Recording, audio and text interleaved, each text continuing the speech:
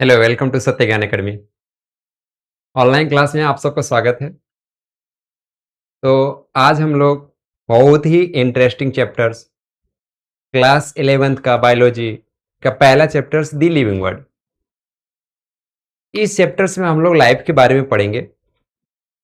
देखा जाए तो हमारे आसपास बहुत सारे लाइफ दिखाई देते हैं, जैसे बड़े बड़े पेड़ पौधे या जानवर्स या छोटे छोटे माइक्रो ऑर्गेनिज्म। इतने छोटे माइक्रो ऑर्गेनिज्म जिसे हम नेकेड आई से नहीं देख सकते। कुछ तो ऐसे स्पीसीज हैं जिसे साइंटिस्ट लोग ने अभी डिस्कवर भी नहीं किए हैं। इतने ज्यादा वैरायटी ऑफ स्पीसीज को समझना या पढ़ना, उसी सब चीजों को समझने के लिए साइंटिस्ट लोगों ने एक मेथड डेवलप किए हैं, जैसे कि आइडेंटिफिकेशन, क्लासिफिकेशन, नॉमेनक्लेचर। तो उसी सब चीजों को पढ़ने और समझने के लिए हम लोग इस चैप्टर से पढ़ेंगे द लिविंग वर्ड। तो सबसे पहले हम लोग चलते हैं अपने चैप्टर्स की तरफ। द लिविंग वर्ड, पहले हम लोग चैप्टर्स के बारे में पढ़ेंगे। द फॉर्म ऑर्गेनिज्म, जिसमें हम लोग पढ़ेंगे यूनिसेलर्स एंड मल्टीसेलर्स। इस चैप्टर से हम लोग सबसे पहले समझेंगे यूनिसेलर क्या होता है, मल्टीसेलर क्या होता है। यूनिसेलर के बारे में अगर हम समझे तो जितनी भी केमिकल रिएक्शन हो, पहली बात तो जो यूनिसेलर ऑर्गेनिज्म होते हैं सिंगल सेल के होते हैं। मल्टी सेलर ऑर्गेनिज्म भी होते हैं, बहुत सारे सेल मिल करके कंपैक्ट होकर के टिश्यू या ऑर्गन्स बना करके अपने आप को इनके अंदर रिएक्शन होगी या अपने आप को ऑर्गेनिज्म में ये सर्वाइव करेगा। कौन? Multi cellular. ये यूनिसेलर सिंगल सेल। दूसरी बात, यूनिसेलर होता है इसके एक ही सेल में सारी केमिकल रिएक्शन होते हैं। मिलियंस ऑफ रिएक्शन जो जारी जितनी भी एक्टिविटी हो इनके सिंगल सेल में होंगे। मल्टी सेलर इनके सबकी स्पेसिफिक होगी कि भाई तुम रिस्पायरेशन करो, तुम एक्सक्रीशन करो, तुम डाइजेशन करो, तुम सर्कुलेशन करो। तो ये किसमें होगा? Multicellular organism. उसके बाद ये सिंपल होते हैं। कौन? यूनिसेलर। बहुत ही सिंपल ऑर्गेनिज्म होते हैं यूनिसेलर। कॉम्प्लेक्स होते हैं। कौन? Multicellular organism. ये लोअर ऑर्गेनिज्म या लोअर स्पीसीज में देखने को मिलता है यूनिसेलर। मल्टीसेलर में क्या होता है कि जैसे हायर एनिमल्स, हायर स्पीसीज में देखने को मिलता है। बात करें जैसे कि plants, animals, higher plants, higher animals, जैसे कि ह्यूज ट्रीज, बड़े बड़े पेड़ पौधे देखिए, या बड़े एनिमल्स बात करें जैसे हम ही लोग देखें मल्टीसेलर। यूनिसेलर में बात करें तो जो सिंगल सेल का बना, जैसे प्रोटिस्टा में हमारा यूग्नीला हो गया, अमीबा हो गया, पैरामीशियम हो गया, ये सब क्या है? यूनिसेलर है। तो हम लोग क्या करेंगे? Life from the organism, unicellular organism. ये चैप्टर्स थोड़ा फास्ट पढ़ेंगे क्योंकि रीजन पीपीटी के थ्रू से क्लास मतलब 11th का पहला चैप्टर है बायोलॉजी का। बाकी हम लोग एनसीईआरटी को तो पढ़ेंगे ही पढ़ेंगे। जैसे हम लोग पिछली क्लास 10th का complete chapter NCERT with PPT पढ़े, ठीक उसी प्रकार हम लोग इसको पढ़ेंगे। इसके साथ साथ एनसीईआरटी को पैरेलल में लेके चलेंगे। हम लोग केमिस्ट्री भी पढ़ेंगे, बायोलॉजी भी पढ़ेंगे और फिजिक्स भी पढ़ेंगे। सारे चैप्टर्स को सीक्वेंस बाय अच्छे से समझते हुए चलेंगे। तो सबसे पहले हम लोग दी लिविंग में, दी लिविंग वर्ड में हम लोग पहला चैप्टर क्या पढ़ रहे हैं? दी लिविंग बायोलॉजी का। इसमें हम लोग पढ़ रहे हैं यूनिसेलर्स एंड मल्टीसेलर। यूनिसेलर में हमने बात किया कि भाई इन सिंगल सेल का होता है, इसमें बहुत सारे मेनी टाइप से मेनी ऑफ सेल्स पाए जाएंगे इसमें मल्टीसेलर्स में। इसमें सारी एक्टिविटी जितनी भी केमिकल रिएक्शन है सिंगल सेल में ही होगा। डाइजेशन हो, रिजर्प्शन हो, एक्सक्रेशन हो, एसिमिलेशन, जितनी भी रिएक्शन होंगे सब सिंगल सेल में होंगे। इसमें सबका एक स्पेसिफिक काम होगा, स्पेसिफिक फंक्शन होगा अलग अलग। ये लोअर ऑर्गेनिज्म में पाए जाएंगे, ये हायर ऑर्गेनिज्म में पाए जाएंगे। तीसरी बात, ये बहुत सिंपल होगा, ये बहुत कॉम्प्लेक्स होता है मल्टीसेलर। फिर नेक्स्ट कर रहा है लिविंग ऑर्गेनिज्म, एनिमेटेड थिंग्स। क्या? लिविंग ऑर्गेनिज्म एनिमेटेड थिंग्स, मतलब जिसके अंदर मोमेंटम हो, मोशन हो। अगर कोई लिविंग ऑर्गेनिज्म होगा तो उसके अंदर मोमेंटम होगा, मोशन होगा, वो लिविंग ऑर्गेनिज्म होगा। और जिसके अंदर मोमेंटम ना हो, मोशन ना हो, वो क्या होगा? एन एनिमेटेड हो जाएगा। क्या? An animated. और उसे हम लोग क्या बोलेंगे? नॉन लिविंग से बोलेंगे। जैसे कि non living organism, inanimate objects. Non living organism, inanimate objects. ठीक है, हम लोग समझ गए यूनिसेलर क्या होते हैं, मल्टीसेलर क्या होते हैं। हम लोग सबसे पहले हम लोग पढ़ रहे हैं दी लिविंग वर्ल्ड चैप्टर्स में, क्लास 11 का पहला चैप्टर्स बायोलॉजी का। उसमें हम लोग क्या समझे कि भाई इसमें हम आइडेंटिफिकेशन पढ़ेंगे, नॉमेनक्लेचर्स, और उसके बाद क्लासिफिकेशन, बहुत सारी वेराइटीज ऑफ स्पीसीज मिलेंगे, सबको क्लासिफाइड सिस्टमैटिक ढंग से हम लोग पढ़ेंगे। और उसके बाद फिर हम लोग इसमें मल्टीसेलर में देखते हैं humans, higher animals, mango plants, स्पाइरो वगैरह, यूरोथ्रिक्स, ये सब क्या है, higher animals, higher plants, multicellular. ये लोअर ऑर्गेनिज्म, लोअर, ये सिंपल, ये कॉम्प्लेक्स।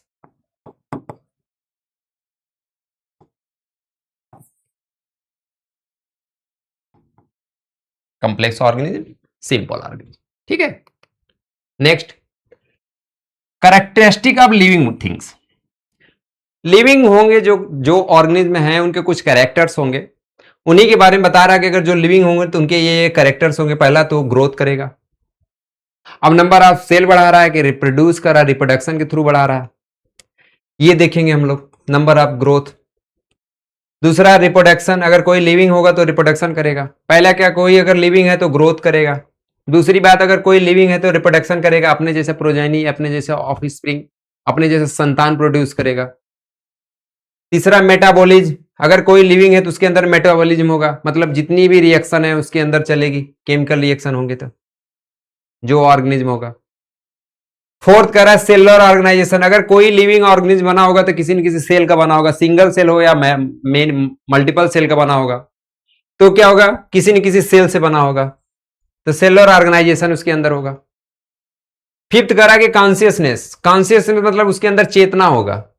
अगर कोई लिविंग ऑर्गेनिज्म है तो उसके अंदर चेतना पाया जाएगा। चेतना, कॉन्शियसनेस मतलब ये होता है कि फील ही होगा उसको। जैसे कि अगर मिस सोडा, मैंने जब मिस मोसरा मैंने छुई मुई पौधा समझ लीजिए, नहीं जितनी भी बड़े बड़े प्लांट्स हैं, अगर सनलाइट जिधर आता है उसी डायरेक्शन में वो मूवमेंट करना शुरू कर देते हैं।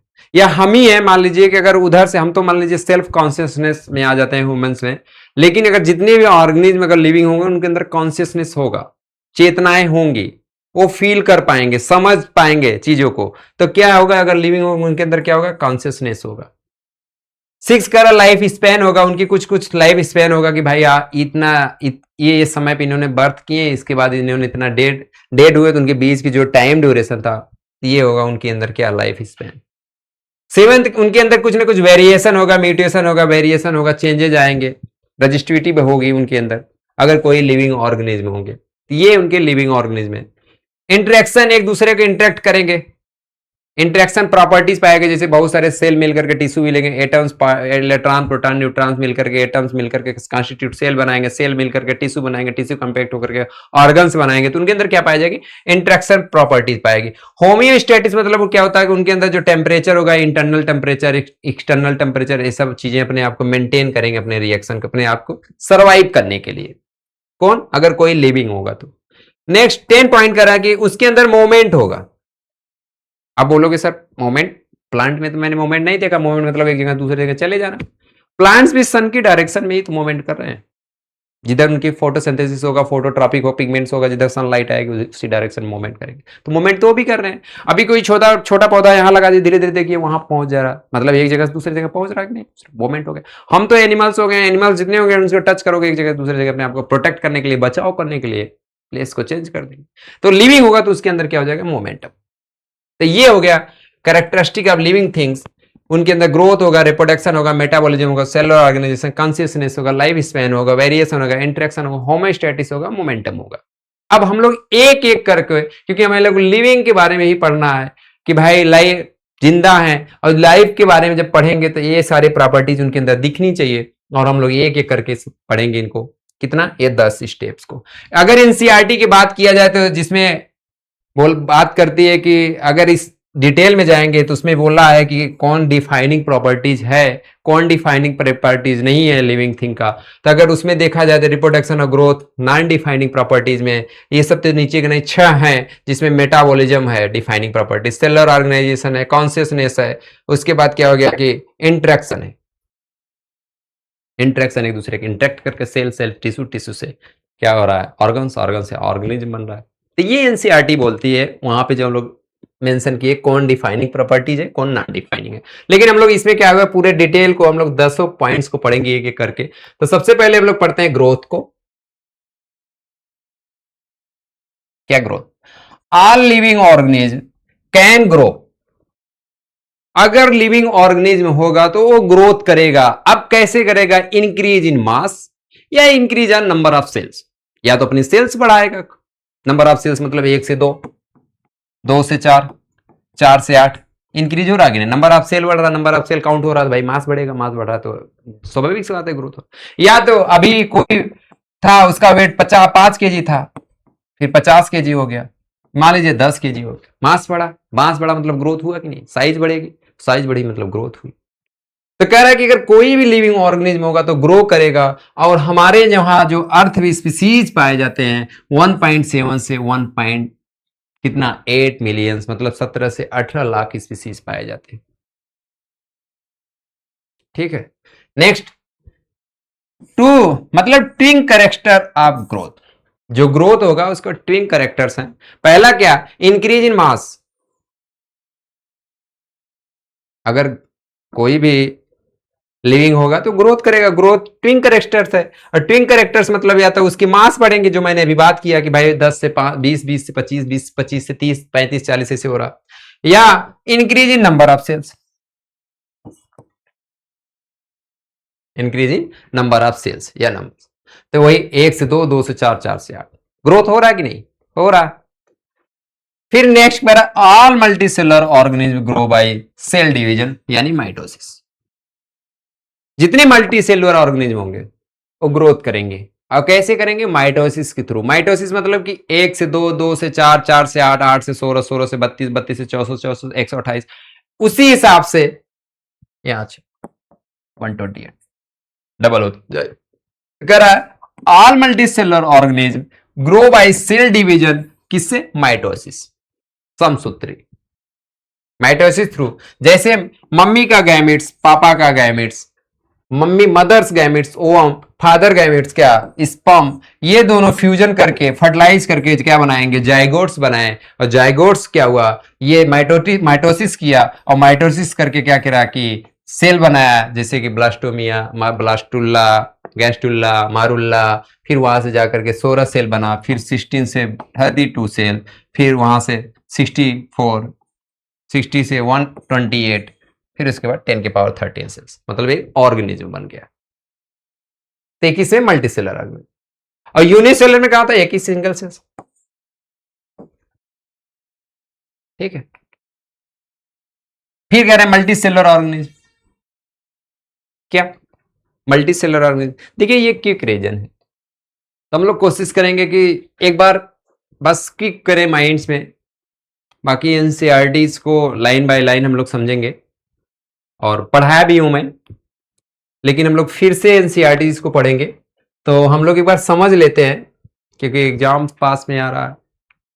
तो एक बार दी लिविंग जितने भी एनसीईआरटीज हैं क्लास 11th का, 12th का, बायोलॉजी का, उसको पूरा पढ़ लेंगे हम लोग। फिर फिजिक्स पढ़ेंगे, फिर उसके बाद केमिस्ट्री पढ़ेंगे उसी हिसाब से। तो हम लोग थोड़ा फास्ट पढ़ रहे हैं इसलिए।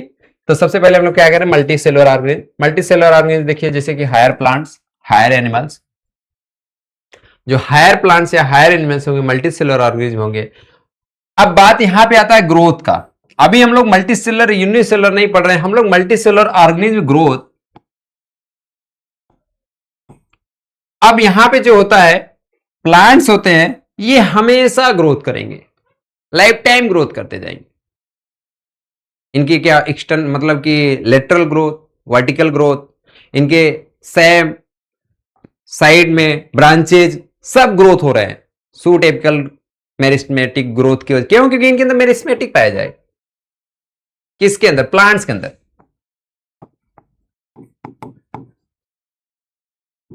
मेरिस्टेमेटिक के चक्कर में हमें उसी रीजन, उसी कारण ये हमेशा क्या करते हैं? ग्रोथ करते हैं। कौन? प्लांट्स। तो प्लांट्स अनलिमिटेड ग्रोथ, मतलब इसका फिक्स नहीं है ग्रोथ, लिमिट नहीं है कि आप इतना ग्रोथ करेंगे उसके बाद नहीं ग्रोथ करेंगे। या इनडिटरमिनेट ग्रोथ, कोई डिटरमिनेट बाउंड्री डिफाइन नहीं है कि आप यहीं तक ग्रोथ करेंगे उसके बाद स्टॉप हो जाएंगे। कौन? प्लांट्स। एनिमल्स लिमिटेड ग्रोथ, कि भाई आप एक सर्टेन एज तक ग्रोथ करेंगे, उसके बाद सैचुरेट हो जाएंगे, उसके बाद आप ग्रोथ नहीं करेंगे। कौन? एनिमल्स। दूसरा कह रहा है डिटर्मिनेट ग्रोथ, वो डिफाइन है, इनका डिटर्मिनेट है, लिमिट है कि आप इतना तक ग्रोथ करेंगे उसके बाद नहीं करेंगे। कौन? एनिमल्स। कौन एनिमल्स? मल्टीसेलर एनिमल्स या मल्टीसेलर ऑर्गेनिज्म। कह रहा है cell division occurs through life और replacement of the cell. Cell determinate occurs life of replacement of the cell. Cell अपने आप रिप्लेसमेंट करेगी, एक सेल डेड होगी दूसरी सेल बनेगी, लेकिन अनलिमिटेड ग्रोथ नहीं करेगी। लिमिटेड ग्रोथ है इसमें। किसमें? एनिमल्स में। प्लांट्स में क्या है? अनलिमिटेड ग्रोथ है, इनडिटर्मिनेट ग्रोथ। कौन? Multicellular organism. नेक्स्ट कह रहे हैं unicellular organism also fuse cell division, मतलब माइटोसिस। माइटोसिस से ये क्या करेंगे, एक सेल है डिवाइडिंग करेंगे, दो सेल बनेंगे। अब दो सेल है, दोनों डिवाइड करेंगे माइटोसिस समसूत्री थ्रू, चार सेल बन जाएंगे। नंबर ऑफ सेल बन रहा क्या? और नंबर ऑफ सेल बन रहा मतलब ग्रोथ हो रहा है। तो यूनिसेलर इस हिसाब से अपनी ग्रोथ करते हैं। कौन? यूनिसेलर। फिर कह रहा by counting number of cell in vitro cultures, जो हम लोग ये काउंटिंग करके देख रहे हैं, तो एक से दो, दो से चार, चार से आठ। बात वहां पे नहीं होती है कि जैसे मान लीजिए यूनिसेलर बैक्टीरिया है या यूनिसेलर वायरस है, उससे बताते हैं, पूछते हैं कि मैं एक बाउल से या कप में आधा रख दिया हूँ 19 मिनट तक, फिर उसके बाद 20 मिनट बाद देखेंगे तो उसे कितना हो जाएगा, तो भाई बताते हैं कि फिर वो क्या होता है कि डबल हो जाता है। तो उसी हिसाब से किसमें? इन विट्रो के थ्रू। तो क्या हो, क्यों? क्योंकि उनके अंदर माइटोसिस के थ्रू क्या किया, डिवाइडिंग किया, सेल डिवीजन होकर के एक से क्या हो गया, दो। मतलब अगर 50% था तो 100% हो गया डिवाइडिंग करके। तो कौन? Unicellular organism. Non living can also grow, take increase in mass, criterium for growth. अब बात यहां पे आती है कि सर आपने तो काफी टाइम से बता रहे हैं कि जो लिविंग होते हैं वो ग्रोथ करते हैं। ग्रोथ करना मतलब increase in number of cells या नंबर ऑफ मास? नहीं, इन नंबर ऑफ सेल्स या मास होना चाहिए। अगर कोई ग्रोथ कर रहा है मतलब कोई लिविंग है तो ग्रोथ करेगा, और ग्रोथ करना मतलब उनके अंदर या तो नंबर ऑफ सेल्स बढ़े, नंबर बढ़े, या तो मास बढ़े। अब बात यहां पे करते हैं सर, ठीक है चलिए, यहां पे बहुत सारे डस्ट पार्टिकल पड़े थे, या मान लीजिए कुछ मैंने सैंड कलेक्ट करके रख दिया, और वही सैंड कुछ ऊपर से मान लीजिए कुछ गिर रहा है, या कहीं से हवा आ रही, हवा करके धीरे धीरे कलेक्ट हो रहे हैं डस्ट पार्टिकल्स या सैंड्स। धीरे धीरे धीरे धीरे देखिए सैंड यहां नंबर ऑफ पार्टिकल्स बढ़ते जा रहे हैं, और नंबर ऑफ पार्टिकल्स साथ साथ मास भी बढ़ रहा है, क्योंकि वहां एक्यूमुलेशन हो रहा है, एकत्रित हो रहे हैं। उसी के कारण यही वजह से मतलब डिफाइनिंग प्रॉपर्टीज नहीं है ग्रोथ। 100% आप डिफाइनिंग प्रॉपर्टीज में इसे ग्रोथ को नहीं रखा जाता। क्यों? क्योंकि नॉन लिविंग में भी ग्रोथ हो रहा है। कैसे कैसे भाई? डस्ट पार्टिकल बढ़ रहे हैं, नंबर ऑफ सेल्स, वहां पे नंबर ऑफ पार्टिकल्स बढ़ रहे हैं, मास बढ़ रहा है। और मास बढ़ रहा है तो इसका मतलब ये हो गया कि आपका जो आप बोले थे कि जिसके अंदर मास बढ़े और नंबर ऑफ पार्टिकल्स बढ़े तो ग्रोथ करे, और ग्रोथ मतलब लिविंग का प्रॉपर्टीज है नहीं, इसीलिए डिफाइनिंग प्रॉपर्टीज जो ग्रोथ का है ये नहीं माना गया। जैसे इसमें देखिए कुछ डस्ट पार्टिकल पहले से पड़े थे, कुछ समय बाद इन्होंने यहां से यहां तक आ गए, एक्यूमुलेशन हो गया, मास तो बढ़ गया, नंबर भी बढ़ गया, मतलब ग्रोथ हो गया। तो ग्रोथ होने से क्या हुआ, इसीलिए इनको क्या गया, डिफाइनिंग कैरेक्टर्स में ग्रोथ को नहीं रखा गया। हाँ अच्छा, ग्रोथ ही चला ना, सोचा वही कॉपी पेस्ट हो गया।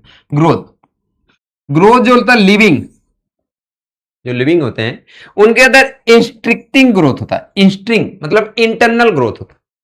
कैसा? Internal growth.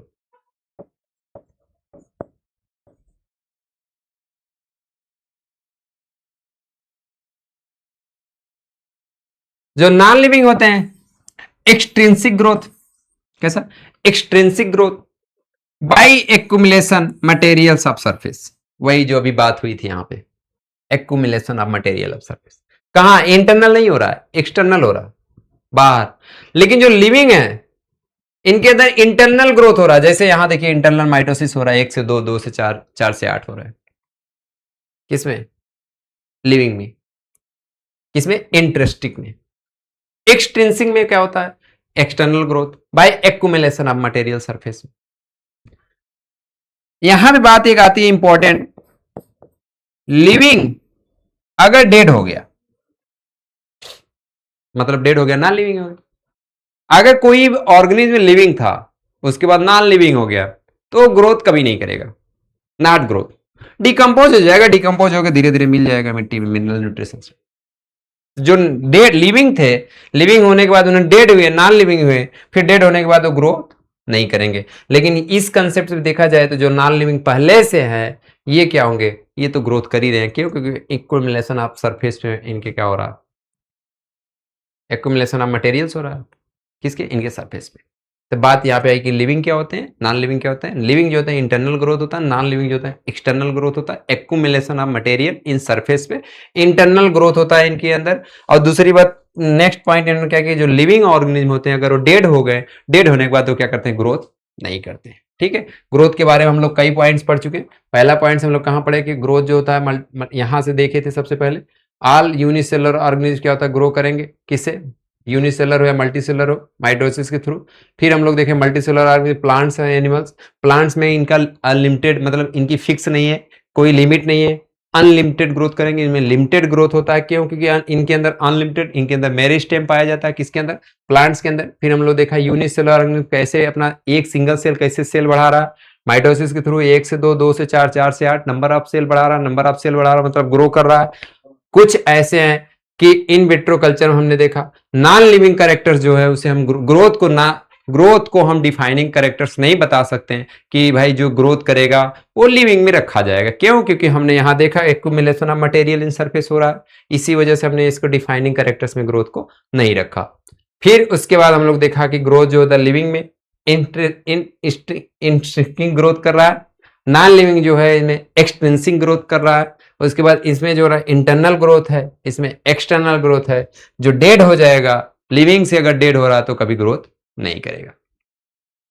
नेक्स्ट पढ़ते हैं, growth is not defining feature. बाकी इन्होंने बोल ही दिया, ग्रोथ जो है डिफाइनिंग फीचर नहीं है किसका, लिविंग का। Growth is non defining features of living organism because non living can also grow. क्यों? क्योंकि नॉन लिविंग भी ग्रो कर रहे हैं। कैसे कर रहे हैं? Accumulation of material in surface. इसीलिए ग्रोथ को हम डिफाइनिंग कैरेक्टर्स या फीचर्स नहीं बोल सकते। अब एक पॉइंट और आता है रिप्रोडक्शन। रिप्रोडक्शन मतलब अपने आप को अपने जैसा प्रोड्यूस करना, संतान को, ऑफस्प्रिंग को। लेकिन कुछ ऑर्गेनिज्म ऐसे होते हैं वो प्रोड्यूस नहीं करते, और जब वो प्रोड्यूस नहीं करेंगे तो क्या आप उन्हें लिविंग में नहीं रखेंगे। तो यहां पे ये भी नहीं कहा गया है कि जो रिप्रोडक्शन है ये डिफाइनिंग कैरेक्टर्स हो लिविंग का, ये भी नॉन डिफाइनिंग कैरेक्टर्स में रखा जाता है ग्रोथ की तरह। क्योंकि कुछ ऑर्गेनिज्म ऐसे होते हैं, एनिमल्स, जैसे कि आप म्यूल्स देख लीजिए, खच्चर, या स्टाइल मेल्स फीमेल्स देख लीजिए, नॉन फर्टाइल कपल्स, या तो आप style work honey bee workers देख लीजिए। वो भी क्या है, एनसीईआरटी ने इन तीनों को मेंशन भी किया है कि जो होते हैं कि म्यूल्स हो गए, उसके बाद इनफर्टाइल कपल्स हो गए, उसके बाद स्टाइल हनी भी हो गया, ये क्या होते हैं, ये रिप्रोडक्शन नहीं करते, रिप्रोड्यूस नहीं करते। इसीलिए कहा गया है कि जो लिविंग रिप्रोडक्शन है लिविंग डिफाइनिंग कैरेक्टर्स में नहीं रखा जा सकता। ठीक है, तो कह रहे हैं पहले हम लोग रिप्रोडक्शन के बारे में देख लें। ग्रोथ तो हम लोग पढ़ चुके हैं। रिप्रोडक्शन में कह रहा है कि process by which parents produce progeny similar to itself. Similar भी बना सकते हैं अपने जैसा, या चेंज भी हो सकता है म्यूटेशन या वेरिएशन की वजह से। जो सिमिलर बनाएंगे यूनिसेलर होंगे, कॉपी बनाएंगे, क्लोन बनाएंगे, जिनके अंदर जैसे हमारे जैसे लोग होंगे, जब ह्यूमंस होंगे या हायर एनिमल्स होंगे, मल्टीसेलर होंगे, तो क्या होगा, उनके अंदर जो गैमेट्स होगा, गैमेट्स जब फ्यूजन होगा तो उनके अंदर क्या म्यूटेशन होगा। हम म्यूसिस की तरह, मियोसिस के समय जब म्यूटेशन होगा तो उनके अंदर वेरिएशन देखने को मिलेगा। तो कहां पे हो जाएगा reproduction process the which parents produce the progeny similar या इटसेल्फ। जैसे अगर एग्जैक्टली सिमिलर बना रहा, मतलब कॉपी, फोटोकॉपी कर रहा अपने ही जैसा एकदम एग्जैक्ट सिमिलर, कोई वेरिएशन नहीं है, तो उसे क्या बोलेंगे, एसेक्सुअल। क्या? एसेक्सुअल। अगर मोर या लेस उनके अंदर डिफरेंस आ रहा है, अपने जैसा या अपने से कम जैसा अगर बना रहे हैं, प्रोड्यूस कर रहे हैं संतान को, तो उन्हें क्या कहेंगे, सेक्सुअल रिप्रोडक्शन। क्या एग्जैक्टली कॉपी बना रहा है, सिमिलर बना रहा है, मतलब एसेक्सुअल। अगर उनके अंदर थोड़ी बहुत वेरिएशन आ रही है, चेंजेज आ रही है, किसके अंदर, सेक्सुअल रिप्रोडक्शन के अंदर, क्योंकि इसमें पेरेंटल मम्मी पापा के गैमेट्स जब फ्यूजन करेंगे, फ्यूजन करने के बाद इनके अंदर म्यूटेशन या वेरिएशन देखने को मिलेगा, जिससे क्या होगा, सिमिलरिटीज नहीं होंगे, डिक्टो सेम नहीं होंगे। तो किसमें, रिप्रोडक्शन में। रिप्रोडक्शन क्या करा, process by which parents produce progeny similar to itself. अब बात आती है टाइप ऑफ एसेक्सुअल रिप्रोडक्शन। क्या टाइप ऑफ एसेक्सुअल रिप्रोडक्शन, हम लोग जब क्लास 10th में जब पढ़े थे टाइप ऑफ एसेक्सुअल रिप्रोडक्शन में हम लोग 6 पॉइंट्स पढ़े थे, जिसमें हम लोग पढ़े थे क्या, फ्रेगमेंटेशन क्या होता है, फ्रेगमेंटेशन वहां पे भी ऐसे बात हुई थी, फ्रेगमेंटेशन अलग है, fragmentation, binary fusion, budding, regeneration, spore formation. इसमें तो 5 पॉइंट्स है। तो एक पहला पॉइंट है फ्रेगमेंटेशन, हाइड्रा, मतलब छोटे छोटे पीस से डिवाइडिंग हो, और डिवाइडिंग होने के बाद उस छोटे पीस से फिर पूरा एक ऑर्गेनिज्म बन जाए, अपने जैसा बन जाए, इनके जैसा, पेरेंट्स जैसा बन जाए, तो वहां पे क्या हो जाएगा, फ्रेगमेंटेशन। और फ्रेगमेंटेशन में जैसे कि हाइड्रा हो गया, फंजाई हो गया, फिलामेंटस एल्गी हो गया, प्रोटोनीमा हो गया, प्रोटोनीमा ऑफ मासेस एक्सेट्रा, इसमें फ्रेगमेंटेशन। बाइनरी फ्यूजन मतलब एक, ये देखिए फ्रेगमेंटेशन मतलब जैसे मान लीजिए कोई सेल है, न्यूक्लियस, यहां से कोई एक सेल कटा, फिर ये पूरा कंप्लीट अपने जैसा सेल बना लिया। बाइनरी फ्यूजन में क्या हुआ, अमीबा, पैरामीशियम, इग्निला, मतलब क्या हुआ, इनकी बॉडी की पार्ट थी, अलग हुआ, दो ही ऑर्गेनिज्म बन गए। Budding, external budding, hydra, hydra मतलब यहां से बडिंग हुआ, ये फिर अपने जैसा, अपने पेरेंट्स जैसा बना लिया, किसमें, बडिंग्स में। तो क्या हो गया, फ्रेगमेंटेशन, जैसे hydra, fungi, filamentous algae, protonema, binary fusion, amoeba, paramecium, यूग्निला।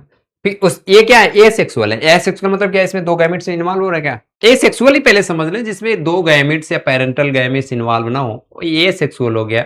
अपने सेल के थ्रू नंबर ऑफ सेल्स बढ़ा रहे हैं, नंबर ऑफ ऑर्गेनिज्म या स्पीसीज बढ़ा रहे हैं, तो इसे ये सेक्सुअल होंगे, जिसमें 2 पेरेंटल्स गैमेट्स अगर मिल रहे हैं, मिलने के बाद फर्टिलाइजेशन या फ्यूजन हो रहा है, न्यू ऑफ स्प्रिंग बन रहा है और ऑर्गेनिज्म बन रहा है, तो इसे कहेंगे सेक्सुअल रिप्रोडक्शन। तो इसमें क्या हो रहा है, जैसे ये सेक्स पेरेंट से ही, मदर से ही एक ही दूसरा ऑर्गेनिज्म बन जा रहा है, सिंगल मदर से, तो क्या हो रहा है, सिंगल पेरेंट से, तो इसमें क्या हो रहा है, सेक्सुअल है क्या, नहीं, ए सेक्सुअल से। तो हम लोग फ्रेगमेंटेशन में क्या, हाइड्रा, फंजाई, फिलामेंटस के बारे में देखा, फिर उसके बाद बाइनरी फ्यूजन में हम लोग क्या देखा, अमीबा, पैरामीशियम, इग्लिना देखा।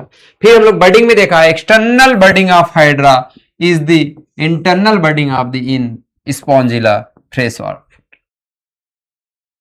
एक्सटर्नल बडिंग किसमें होता है, हाइड्रा में, और इंटरनल बडिंग किसमें होता है, स्पॉन्जिला में। किसे, स्पॉन्जिला में, जिसे बोलते हैं फ्रेश वाटर। अब फ्रेश वाटर क्या है, मैरीन वाटर क्या है, ये तो हम लोग अच्छे से समझ ही गए। रीजनरेशन, चाकू की धार, प्लेनेरिया, बताया जाता है कि भाई प्लेनेरिया को अगर आप एक बार काटेंगे, जैसे काटेंगे दूसरी ऑर्गेनिज्म तुरंत तैयार हो जाएगी, इतनी ज्यादा रीजनरेशन पावर होती है। फिर उसके बाद दूसरा काटोगे, फिर दूसरे अपने जैसे तुरंत तैयार हो जाएगी, बन जाएगी, रीजनरेशन। तो नंबर ऑफ सेल बढ़ रहा है, क्या, नंबर ऑफ ऑर्गेनिज्म बढ़ रहा है, मतलब उनके अंदर क्या हो रहा है, ग्रोथ भी हो रहा है, और साइमल्टेनियसली रिप्रोडक्शन भी कर रहा है। रिप्रोडक्शन मतलब यही रिप्रोडक्शन कर रहा है कि भाई अपने जैसे संतान बनाना, न्यू ऑर्गेनिज्म को फॉर्मेशन करना, मतलब reproduction.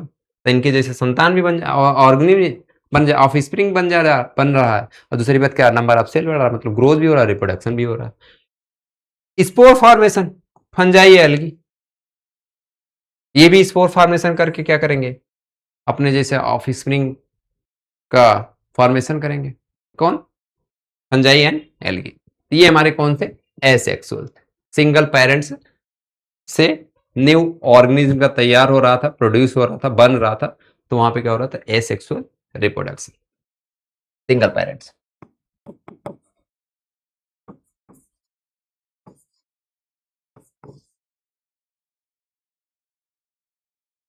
Some living organism can not reproduce. अब भाई आपने बोला था कि जितने लिविंग होंगे और क्या करेंगे, अपने जैसे संतान रिप्रोड्यूस करेंगे, रिप्रोडक्शन करेंगे। जब हम लोग पढ़े थे तो 10 पॉइंट पढ़े थे, तो हम लोग ग्रोथ पढ़े थे, रिप्रोडक्शन पढ़े थे, कॉन्शियसनेस पढ़े थे, मेटाबॉलिज्म पढ़े थे, सेलुलर ऑर्गेनाइजेशन पढ़े थे। तो उस 10 पॉइंट्स में उसमें ग्रोथ भी देखा था। तो ग्रोथ लेकिन डिफाइनिंग कैरेक्टर से तो हम लोग हटा दी। क्यों? क्योंकि नॉन लिविंग जो थे वो भी ग्रोथ कर रहे थे। क्यों? क्योंकि accumulation of surface in materials में। तो उसी हिसाब से रिप्रोडक्शन में आपने बोला कि भाई ग्रोथ जो लिविंग होगा वो रिप्रोडक्शन करेगा, लेकिन कुछ ऐसे एनिमल्स हैं जो रिप्रोड्यूस नहीं करते, कुछ ऐसे ऑर्गेनिज्म होते हैं जो रिप्रोड्यूस नहीं करते हैं। जैसे एग्जांपल्स में म्यूल्स, खच्चर बेचारा, infertile humans couples, mail females infertile, जो क्या करते हैं, रिप्रोड्यूस नहीं कर पाते हैं। वर्कर, स्टाइल हनी बी, क्या स्टाइल वर्कर बी, ये क्या होते हैं, रिप्रोड्यूस नहीं करते हैं। ये तीनों एनसीईआरटी के एग्जांपल्स। वैसे एनसीईआरटी है सब।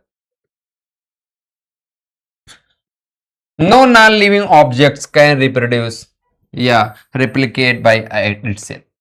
जो नॉन लिविंग नहीं होंगे वो रिप्रोड्यूस ही नहीं करेंगे, न इटसेल्फ अपने जैसा, न रिप्रोड्यूस करेंगे। क्यों? कौन? Non living. यहां दे दिया था, इसका मतलब यहां से नॉन लिविंग ऑब्जेक्ट्स।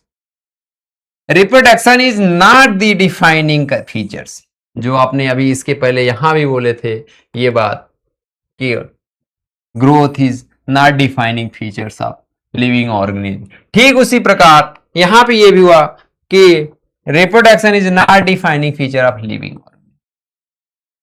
अगर हमसे बात किया जाए कि डिफाइनिंग फीचर क्या रिप्रोडक्शन है, नहीं। ग्रोथ डिफाइनिंग फीचर है क्या, नहीं है। तो क्या, क्यों नहीं है? क्योंकि कुछ आपने बोला था कि जो लिविंग होते हैं वो ग्रोथ करते हैं, मतलब रिप्रोड्यूस करते हैं अपने जैसे संतान, ऑफ स्प्रिंग, लेकिन यहां पे तो रिप्रोड्यूस ही नहीं कर रहा था।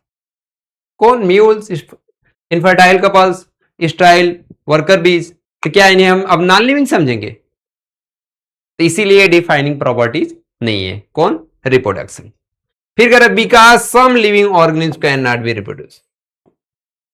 क्यों नहीं है ग्रोथ रिप्रोडक्शन, मतलब कि मतलब लिविंग का डिफाइनिंग कैरेक्टर्स?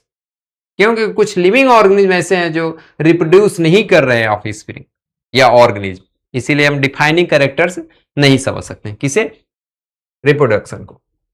और ग्रोथ क्यों नहीं समझ रहे थे, उसे भी हम लोग समझ गए। In multicellular organism, in multicellular organism growth and reproduction are mutually exclusive events. Unicellular, multicellular organism जो हो गए उनका ग्रोथ एंड रिप्रोडक्शन म्यूचुअली, मतलब इनका अलग अलग होगा। ग्रोथ अलग, मतलब ग्रोथ अलग करेंगे, रिप्रोडक्शन अलग होगा। मतलब उनके अंदर रिप्रोडक्शन किस हिसाब से होगा? पाई रिप्रोडक्शन पैरेंटल, मल्टीसेलुलर है, पैरेंटल गैमेट्स फ्यूजन करके ऑफ स्प्रिंग या प्रोजेनी बनाएंगे, प्रोड्यूस करेंगे, या ऑर्गेनिज्म। लेकिन जो ग्रोथ होगा, ग्रोथ उनके अंदर कैसे हो रहा था? माइटोसिस के थ्रू करेंगे, मतलब 1 से 2, 2 से 4, 4, या मेरिस्टेमेटिक कर रहे थे ग्रोथ। तो इसके अंदर दोनों क्या हो रहा है? मतलब म्यूचुअली एक्सक्लूसिव इवेंट्स है, बट यूनिसेलुलर जो है सिनोनिम्स है। यूनिसेलुलर ऑर्गेनिज्म ग्रोथ और रिप्रोडक्शन सिनोनिम्स। एक ही में नंबर ऑफ सेल बढ़े या नंबर ऑफ स्प्रिंग या ऑर्गेनिज्म बढ़ रहा है, और जब दोनों नंबर ऑफ स्प्रिंग कैसे बढ़ रहा है भाई? 1 से 2 हो रहे हैं। 1 से 2 होना मतलब या तो रिप्रोड्यूस करें, अपने जैसे संतान बनाए, या तो 1 से 2 हुआ मतलब नंबर बढ़ा, नंबर बढ़ा तो मतलब ग्रोथ हुआ। यही बात कर रहा कि यूनिसेलुलर ऑर्गेनिज्म जो होता है ग्रोथ एंड रिप्रोडक्शन सिनोनिम्स। अगर उनके अंदर ग्रोथ हो रहा मतलब, या रिप्रोडक्शन कर रहे हैं, और रिप्रोडक्शन करना मतलब उनके अंदर ग्रोथ हो रहा। किसके अंदर? यूनिसेलर, क्योंकि रिप्रोडक्शन करना मतलब 1 से 2 एकदम डिक्टो कॉपी बना रहे हैं। और जब कॉपी बना रहे हैं मतलब 1 से 2 बना रहे हैं, 1 से 2 बना, नंबर बढ़ा, नंबर बढ़ा मतलब ग्रोथ तो हो गया, अपने जैसे संतान बना दे रहे हो। अपने जैसे संतान बनाना मतलब रिप्रोडक्शन भी हो गया। तो यही चीज कर रहा है कि unicellular organism growth and reproduction are synonyms. ठीक है। फिर कह रहे हैं, अब हम लोग थर्ड पॉइंट भी चलते हैं, मेटाबॉलिज्म। हम लोग ग्रोथ पढ़ चुके, रिप्रोडक्शन पढ़ चुके। मेटाबॉलिज्म क्या होता है? मेटाबॉलिज्म मतलब हमारे सेल के अंदर जितने भी केमिकल रिएक्शन हो रहा है, हमारे सेल के अंदर या हमारे बॉडी के अंदर जितनी भी केमिकल रिएक्शंस हो रहे हैं उसे हम लोग क्या कहेंगे, मेटाबॉलिज्म्स। जैसे अगर हम लोग यहां पे देखें इसके इंट्रो, फिर यहां पे देख लेते हैं, all chemical reactions occurs in living organism called metabolism. जो लिविंग ऑर्गेनिज्म होगा उनके अंदर जितने भी केमिकल रिएक्शन होंगे, मतलब सेलुलर एरिना में, सेल के अंदर जितने भी केमिकल रिएक्शन होंगे उसे हम क्या बोलेंगे, मेटाबॉलिज्म्स। लाइक जैसे कि ग्लूकोज पायरविक एसिड में बन रहा है, जब हम लोग वहां पे पढ़ेंगे आगे चल के तो वहां पे हम लोग 10 स्टेप में देखेंगे, सेलर में जब देखेंगे तो ग्लूकोज कैसे 1 से 2 मोल पायरविक एसिड बना रहा है 10 स्टेप रिएक्शन बना करके। ग्लूकोज से ग्लूकोजन बनना क्या हो रहा है, मेटाबॉलिज्म हो रहा है। ग्लाइकोजन से ग्लूकोज या ग्लाइकोलिसिस, मतलब ग्लूकोज का फॉर्मेशन होना, लिसिस हो रहा है, टूट रहा है, तो क्या हो जाएगा, मेटाबॉलिज्म हो जाएगा। नॉन कार्बोहाइड्रेट से ग्लूकोज या ग्लूकोनियोजेनेसिस, मतलब नया ग्लूकोज का फॉर्मेशन होना, ये क्या हो गया, मेटाबॉलिज्म। मतलब रिएक्शन हो रहा है, रिएक्शन हो रहा है मतलब हमारे सेल के अंदर, और सेल के अंदर जितनी भी केमिकल रिएक्शन हो उसे हम लोग क्या बोलते हैं, मेटाबॉलिज्म बोलते हैं। All chemical reaction occurs in living organism called metabolisms. Thousands of chemicals, हजारों chemicals occur simultaneously in living, हमारे सेल के अंदर एक साथ हजारों हजारों केमिकल्स रिएक्शन जो हो रहे हैं उसे हम लोग क्या बोलेंगे, मेटाबॉलिज्म्स बोलेंगे। तो हम लोग ग्रोथ पढ़े, रिप्रोडक्शन पढ़े, मेटाबॉलिज्म पढ़े। मेटाबॉलिज्म चाहे यूनिसेलुलर हो,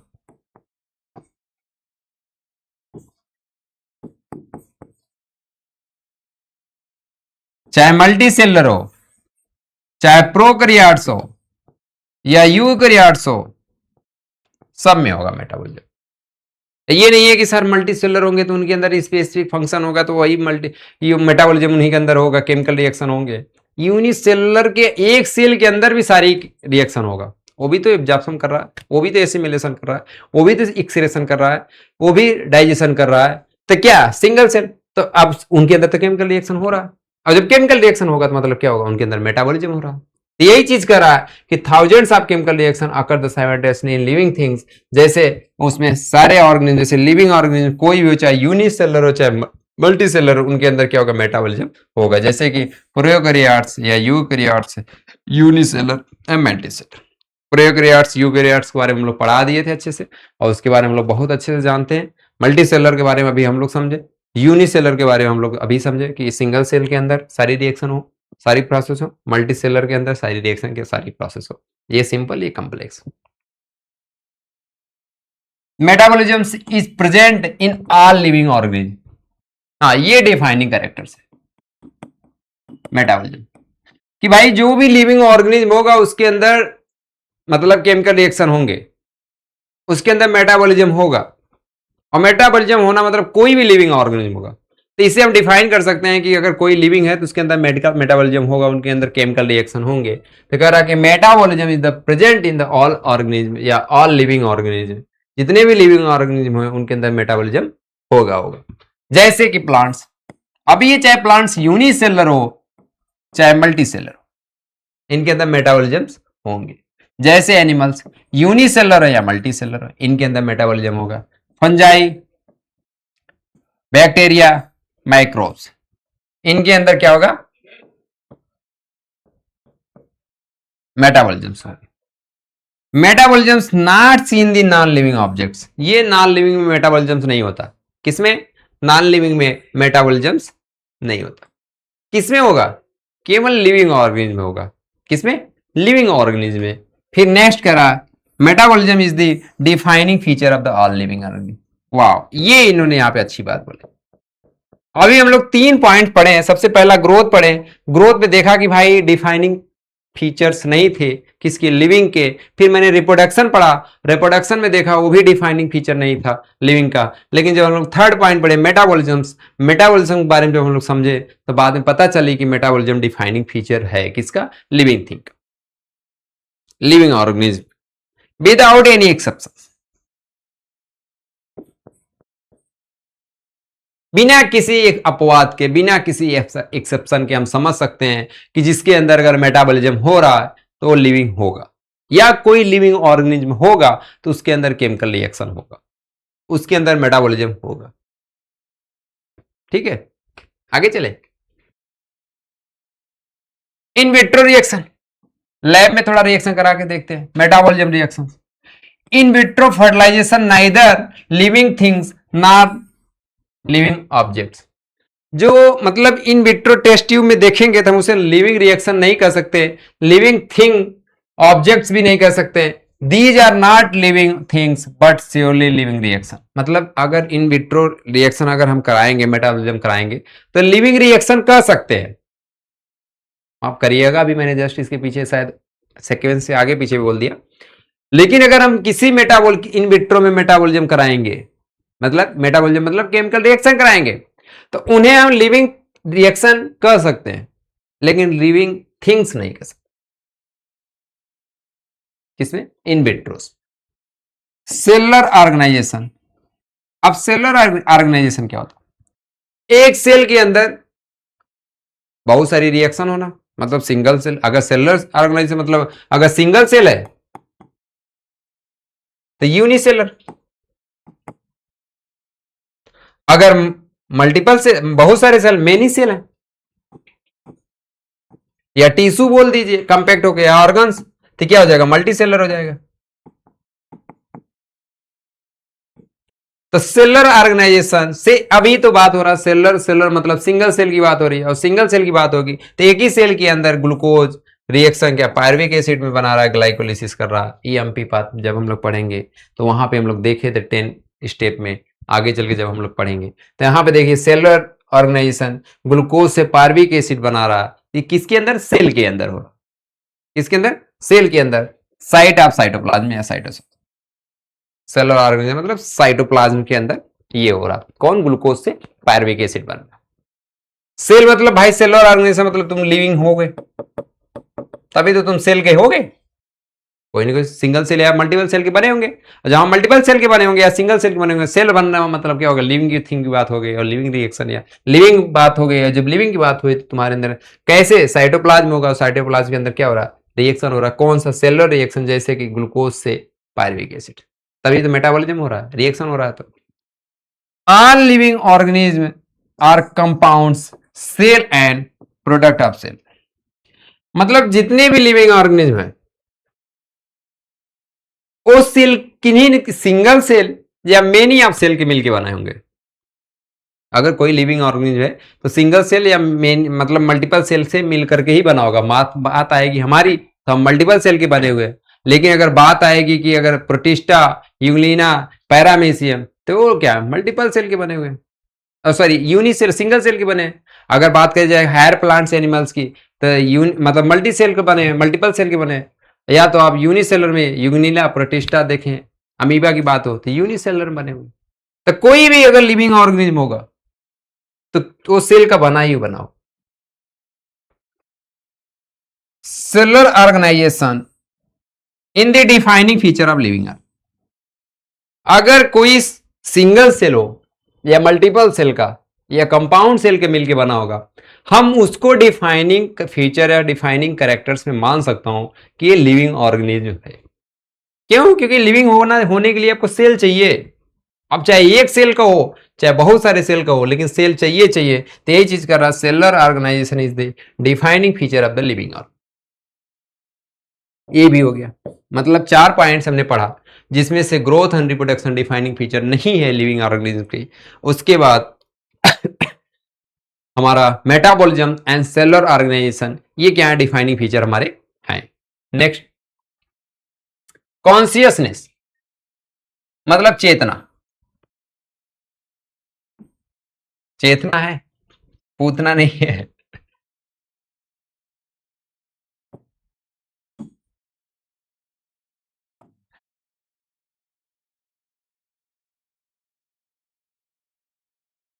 चेतना अभी आगे देखने को मिलेगा। सेल्फ कॉन्शियसनेस जो कि ह्यूमन बीइंग में है, हमारे अंदर पाया जाता है, इंसानों के अंदर। लेकिन कॉन्शियसनेस होता है जितने भी लिविंग ऑर्गेनिज्म होंगे, चाहे यूनिसेलर हो चाहे मल्टीपल सेलर मल्टी सेलर हो, उनके अंदर कॉन्शियसनेस पाया ही जाएगा, पाया जाएगा। तो सबसे पहले awareness of the surrounding environment. अपने सराउंडिंग इन्वायरमेंट्स में अवेयरनेस मतलब समझना, जानना, चीजों को फील करना, ये किसके, अगर कोई लिविंग है तो उसके अंदर ये प्रॉपर्टीज पाई जाएगी। क्या सी कॉन्शियसनेस, अब चाहे सिंगल सेल का हो चाहे मल्टीपल सेल। अभी मान लीजिए जैसे कि यहाँ पे यूनिसेलर अमीबा है, अगर धीरे धीरे वहां हीट देंगे, हीट पहुंचाएंगे या उसे फील कराएंगे कि मतलब यहाँ कोई दूसरा ऑर्गेनिज्म है, उसे मतलब कि नुकसान पहुंचा सकता है, तो धीरे धीरे देखिए अपने आप को मूव कर जाएगा, चला जाएगा। किस वजह से? उसके अंदर कॉन्शियसनेस है, चेतना है। Most obvious properties, most obvious मतलब इसके अंदर समझने की, सोचने की प्रॉपर्टीज होती है, समझने फील करने की, कि जैसे यहाँ पे हमें डेंजरस अभाव हो सकता है, घातक हो सकता है, निकल चलो यहां से, भाग चलो, तो क्या है? Most obvious property. Technically complicated properties, तो भाई कॉम्प्लिकेटेड प्रॉपर्टीज है ये कौन? कॉन्शियसनेस में स्टिमुलस। अब स्टिमुलस क्या? रिस्पॉन्स। स्टिमुलस मतलब response.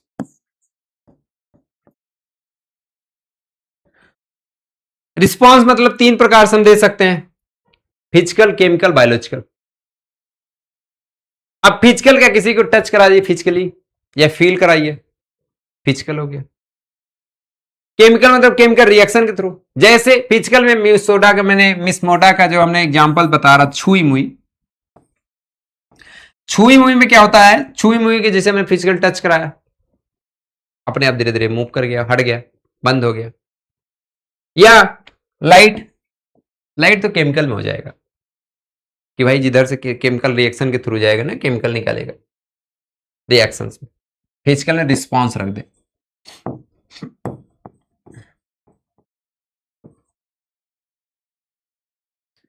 Chemical indicator, good indicator, polluter, pollution indicator बताते हैं कौन? SO2। Lichens good indicator of the SO2, मतलब पॉल्यूशन के लिए। तो उनके अंदर क्या है? केमिकल्स रिलीज कर रहे हैं, उसी ये केमिकल रिलीज करेंगे तो इससे पता चल जाएगा जहां भाई पॉल्यूशन होगा वहां ग्रो नहीं करेगा, जहां पॉल्यूशन होंगे वहां ग्रो करेगा, जहां पॉल्यूशन नहीं होंगे वहां पे ग्रो करेगा, जहां पॉल्यूशन होंगे वहां ग्रो नहीं करेगा। तो केमिकल की सीक्रेट कर रहा है। बायोलॉजिकल, देखिए यहां पे उल्टा हो गया है सब। फिजिकल यहां होना चाहिए, टच, यहां बायोलॉजिकल, लाइट्स, फोटोसिंथेसिस कर रहा है, टच करना मतलब फिजिकल में आ जाएगा। तो ये सब स्टिमुलस हैं, ये सब कॉन्शियसनेस मतलब जो होगा उसके अंदर चेतना होगा, तो उसके ये सब स्टिमुलस से वो फील करेगा, महसूस कर सकता है। फिजिकल, बायोलॉजिकल, फिजिकल आपको टच में चला जाएगा। Next, the ability of organism to sense their environments और surroundings and response to physical, chemical, biological stimulate called consciousness. हमने तो अभी बात किया कि भाई जो इसके अंदर कॉन्शियसनेस होगा मतलब चेतना, स्टिमुलेट, चेतना होगा, उसके अंदर स्टिमुलाई होगा, स्टिमुलाई मतलब फिजिकल, केमिकल एंड बायोलॉजिकल कर सकता है।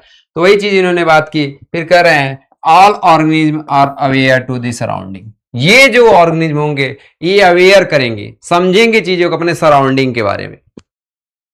किस कौन? जिसके अंदर जो लिविंग होंगे, और लिविंग होंगे उनके अंदर क्या हो जाएगा? कॉन्शियसनेस होगा, चेतनाएं पाए जाएंगी। All prokaryotes and eukaryotes can sense the response stimulates. या यूनिसेलर हो या मल्टीसेलर हो या प्रोकैरियोट्स हो या यूकैरियोट्स हो, उसके अंदर क्या होगा? कॉन्शियसनेस होगा। वो क्या करेंगे? रिस्पॉन्स करेंगे, किसको? स्टिमुलाई को। Consciousness is the defining feature of the living organism without any exception. 4 points हो गए जिसे हम लोग समझ सकते हैं कि ये बिना किसी डिफाइनिंग या किसी एक्सेप्शन के हम इसे लिविंग ऑर्गेनिज्म कह सकते हैं। कौन कौन सा? पहला हम लोग पढ़े growth and reproduction, non defining properties थे। डिफाइनिंग में हम लोग क्या पढ़े? पहला हम लोग मेटाबॉलिज्म पढ़े, सेलुलर ऑर्गेनाइजेशन पढ़े, कॉन्शियसनेस पढ़े, उसके बाद एक पॉइंट्स और पढ़े थे। अभी हम लोग 3 ही पढ़े, टोटल 5 हो गए। तो हम लोग कॉन्शियसनेस में आ गए। Human have this sense organs, हमारे अंदर यूनिक प्रॉपर्टीज पाई जाती, सेंस करते हैं कि जैसे हमें कुछ चीज को, स्मेल को सूंघना है तो हम क्या, नाक, हमारे सुनना है तो कान, पकड़ना है तो हाथ, और देखना है तो आई। तो हमारे अंदर सेंस ऑर्गन्स पाए गए हैं। Special characters, special properties. कह रहा humans have the sense organs जैसे like ear, eye, nose, through which can sense the environment, जिससे हम इन्वायरमेंट को सेंस कर सकते हैं। किसे? इन्वायरमेंट्स को। Plants and response external factor. Plants जो हैं एक्सटर्नल फैक्टर्स को रिस्पॉन्स कर सकते हैं, जैसे कि लाइट, टेम्परेचर, ह्यूमिडिटी, वाटर। कौन? प्लांट्स। हम लोग अच्छे से समझ गए होंगे कॉन्शियसनेस क्या होता है, चेतना क्या होता है। यूनिसेलुलर हो चाहे मल्टी सेलुलर, प्लांट्स, प्रोकैरियोट चाहे यूकैरियोट, सबके अंदर होगा। लिविंग मतलब बिना एनी एक्सेप्शंस के हम लोग समझ सकते हैं कि consciousness is defining properties of living. ठीक है, चले आगे। Photo period affect the response the plants and animals seasonal period. बिल्कुल, फोटो पीरियड जो होते हैं ये अफेक्ट करते हैं सीजनल पीरियड्स को। जैसे कि भाई एक होता है एनुअल्स, मतलब ये होता है कि इस बार मतलब केमिकल रिस्पॉन्स हुए, इस समय ये पौधा होगा, इस समय इसकी फली लगेगी, इसकी फली नहीं लगेगी। तो जो फोटो पीरियड्स होते हैं ये सीजनल ब्रीडर को अफेक्ट करते हैं कि ये तुम इसी ठंडी में ये पौधा ग्रो करेगा, गर्मी में ये पौधे ग्रो करते हैं। क्यों? क्योंकि सीजनल होते हैं, अफेक्ट करते हैं। Humans continue breeds. ह्यूमंस जो होते हैं ये कंटिन्यू ब्रीड्स करते हैं एनी टाइम, इनके लिए कोई सीजनल नहीं होता। Self consciousness non defining property of living organism है।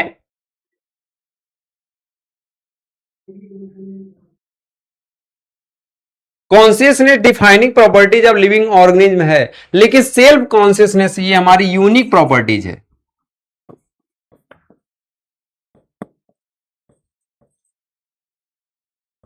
यूनिक प्रॉपर्टीज है ह्यूमंस के अंदर। तो ये क्या डिफाइनिंग करेक्टर्स में प्रॉपर्टीज में बोल रहा नहीं है, लेकिन अगर जैसे बात किया जाए, क्योंकि इसको अगर डिफाइनिंग करेक्टर्स मान लेंगे, किसको? सेल्फ कॉन्शियसनेस को। इसके पहले जो कुछ ऑर्गेनिज्म थे जिसके अंदर केवल कॉन्शियसनेस पाया जा रहा था, तब तो इसके थ्रू ये मान लेंगे कॉन्शियसनेस, सेल्फ कॉन्शियसनेस। तो मतलब वो उन या तो हमारे अंदर, अगर इसको मैं मान लूं कि सेल्फ कॉन्शियसनेस जो होता है डिफाइनिंग कैरेक्टर्स ऑफ लिविंग, अब तो हमारे अंदर पाया गया, मतलब हम लिविंग हो गए। इसकी पीछे जो हम लोग पढ़े जिसके अंदर लोअर ऑर्गेनिज्म थे जिनके अंदर केवल कॉन्शियसनेस पाया जा रहा था, उनके अंदर अगर सेल्फ कॉन्शियसनेस नहीं पाया जाएगा, तब तो हम, अगर उनके अंदर नहीं पाया जा रहा, मतलब ये समझ जाएंगे कि वो लिविंग नहीं है। उसके पॉइंट से ये बोला कि जो कॉन्शियसनेस, मतलब कॉन्शियसनेस हमारे अंदर भी पाया जा रहा है, सेल्फ कॉन्शियसनेस पाया जा रहा, जो लोअर ऑर्गेनिज्म है उनके अंदर तो कॉन्शियसनेस पाया जा रहा। इससे पता चलता है कि जो कॉन्शियसनेस है वो डिफाइनिंग प्रॉपर्टीज है, लेकिन सेल्फ कॉन्शियसनेस ये यूनिक प्रॉपर्टीज है किसके अंदर? ह्यूमंस बीइंग के अंदर। और ह्यूमन बीइंग के अंदर जब डिफाइनिंग कैरेक्टर्स है, तो अगर आप इसे डिफाइनिंग प्रॉपर्टीज मान लेंगे, तो जो लोअर ऑर्गेनिज्म है उनके अंदर अगर सेल्फ कॉन्शियस नहीं पाया जाएगा तो उनको डिफाइनिंग नहीं मानोगे, मतलब लिविंग नहीं मानेंगे। इसीलिए इन्होंने ये पॉइंट्स बोल दिया था। बाकी ये यूनिक प्रॉपर्टीज है। कॉन्शियसनेस जो होता है ऑल एनिमल्स में पाया जाता है, चाहे unicellular prokaryote, unicellular eukaryotes, multicellular prokaryotes, multicellular eukaryotes हो। तो to aware himself present only in human being. खुद को अवेयर करेंगे, खुद को समझेंगे, इस चीजों को समझे, सोचने की तरीका हमारे अंदर पाया जाता है। क्या रिप्लाई देना है, क्या कहना है, आप क्या कर रहे हैं, ये सेल्फ कॉन्शियस, जिसे हम लोग बोलते हैं स्वचेतना।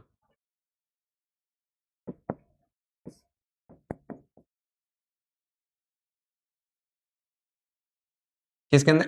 ह्यूमंस में। Person living in coma brain dead.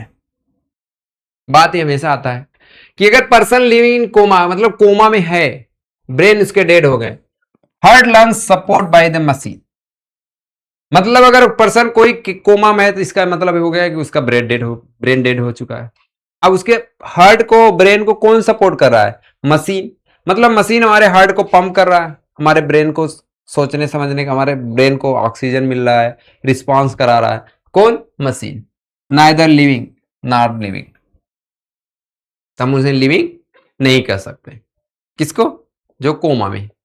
50%, 99% non living में रखेंगे, क्यों? क्योंकि उनके वहां से रेयर चांस होता है, 1% चांस होता है कि कोई वहां से वापस आ जाए। बट उसको क्यों? क्योंकि उनके जो ब्रेन है एंड हार्ट है उसे कौन सपोर्ट कर रहा है? मशीन कर रहा है। कौन? मशीन। इंट्रैक्शन, ये भी प्रॉपर्टीज है डिफाइन की। इंट्रैक्शन मतलब जैसे कि सिंगल सेल सेल मिलकर के टिश्यू बन गए, बहुत सारे टिश्यू मिलकर के ऑर्गेनिज्म बन गए। तो ये इंटरेक्शन प्रॉपर्टीज जो लिविंग ऑर्गेनिज्म होंगे उनके अंदर इंटरेक्शन प्रॉपर्टीज पाई जाएगी। जितने भी लिविंग ऑर्गेनिज्म होंगे बिना विदाउट एनी एक्सेप्शंस उनके अंदर इंटरेक्शन पाए जाएंगे। तो कह रहा है कि जैसे मान लीजिए प्रोटॉन्स एटम्स हैं, प्रोटॉन्स न्यूट्रॉन्स इलेक्ट्रॉन्स मिल करके क्या किए? एटम्स बनाए। छोटे छोटे पार्टिकल्स मिल करके, छोटे छोटे पार्टिकल्स मतलब प्रोटॉन न्यूट्रॉन इलेक्ट्रॉन मिल करके क्या बनाए? एटम्स बनाए। एटम जैसे लाइक हाइड्रोजन, ऑक्सीजन, नाइट्रोजन। फिर यही सब मिल करके मॉलिक्यूल्स बना लिए, जैसे कि वाटर, अमोनिया। मिलर एक्सपेरिमेंट जब कराए थे तो एटम्स मिल लेकर के ही रिएक्शन करा करके, स्पार्क करा करके इस ऑर्गेनिज्म को या स्पीसीज को बनाने की कोशिश बना रहे थे। कैसी स्पीसीज बने थे? तो इंटरेक्शन हो रहा है कि छोटे छोटे पार्टिकल्स मिल करके एटम्स बने, एटम्स मिल करके कंपाउंड्स या मॉलिक्यूल्स बने, जैसे कि वाटर्स एंड अमोनिया। फिर मैक्रो मॉलिक्यूल्स जैसे कि प्रोटीन, बहुत बड़े बड़े मॉलिक्यूल्स बने, प्रोटीन, पॉलीसेकेराइड्स, न्यूक्लिक एसिड। फिर बहुत सारे बड़े बड़े मॉलिक्यूल्स मिलकर क्या बनाए? पॉलीसेकेराइड, सब कुछ सेल बनाए, और सेल कंपैक्ट होकर के इंटरेक्ट होकर के टिश्यू बनाए। टिश्यू बहुत सारे मिलकर के कंपैक्ट इंटरेक्ट होकर के ऑर्गन्स बनाए। ऑर्गन्स, ऑर्गन सिस्टम से एक ऑर्गेनिज्म बन गया, पूरी होल बॉडी बन गई। किसके थ्रू? इंटरेक्शन।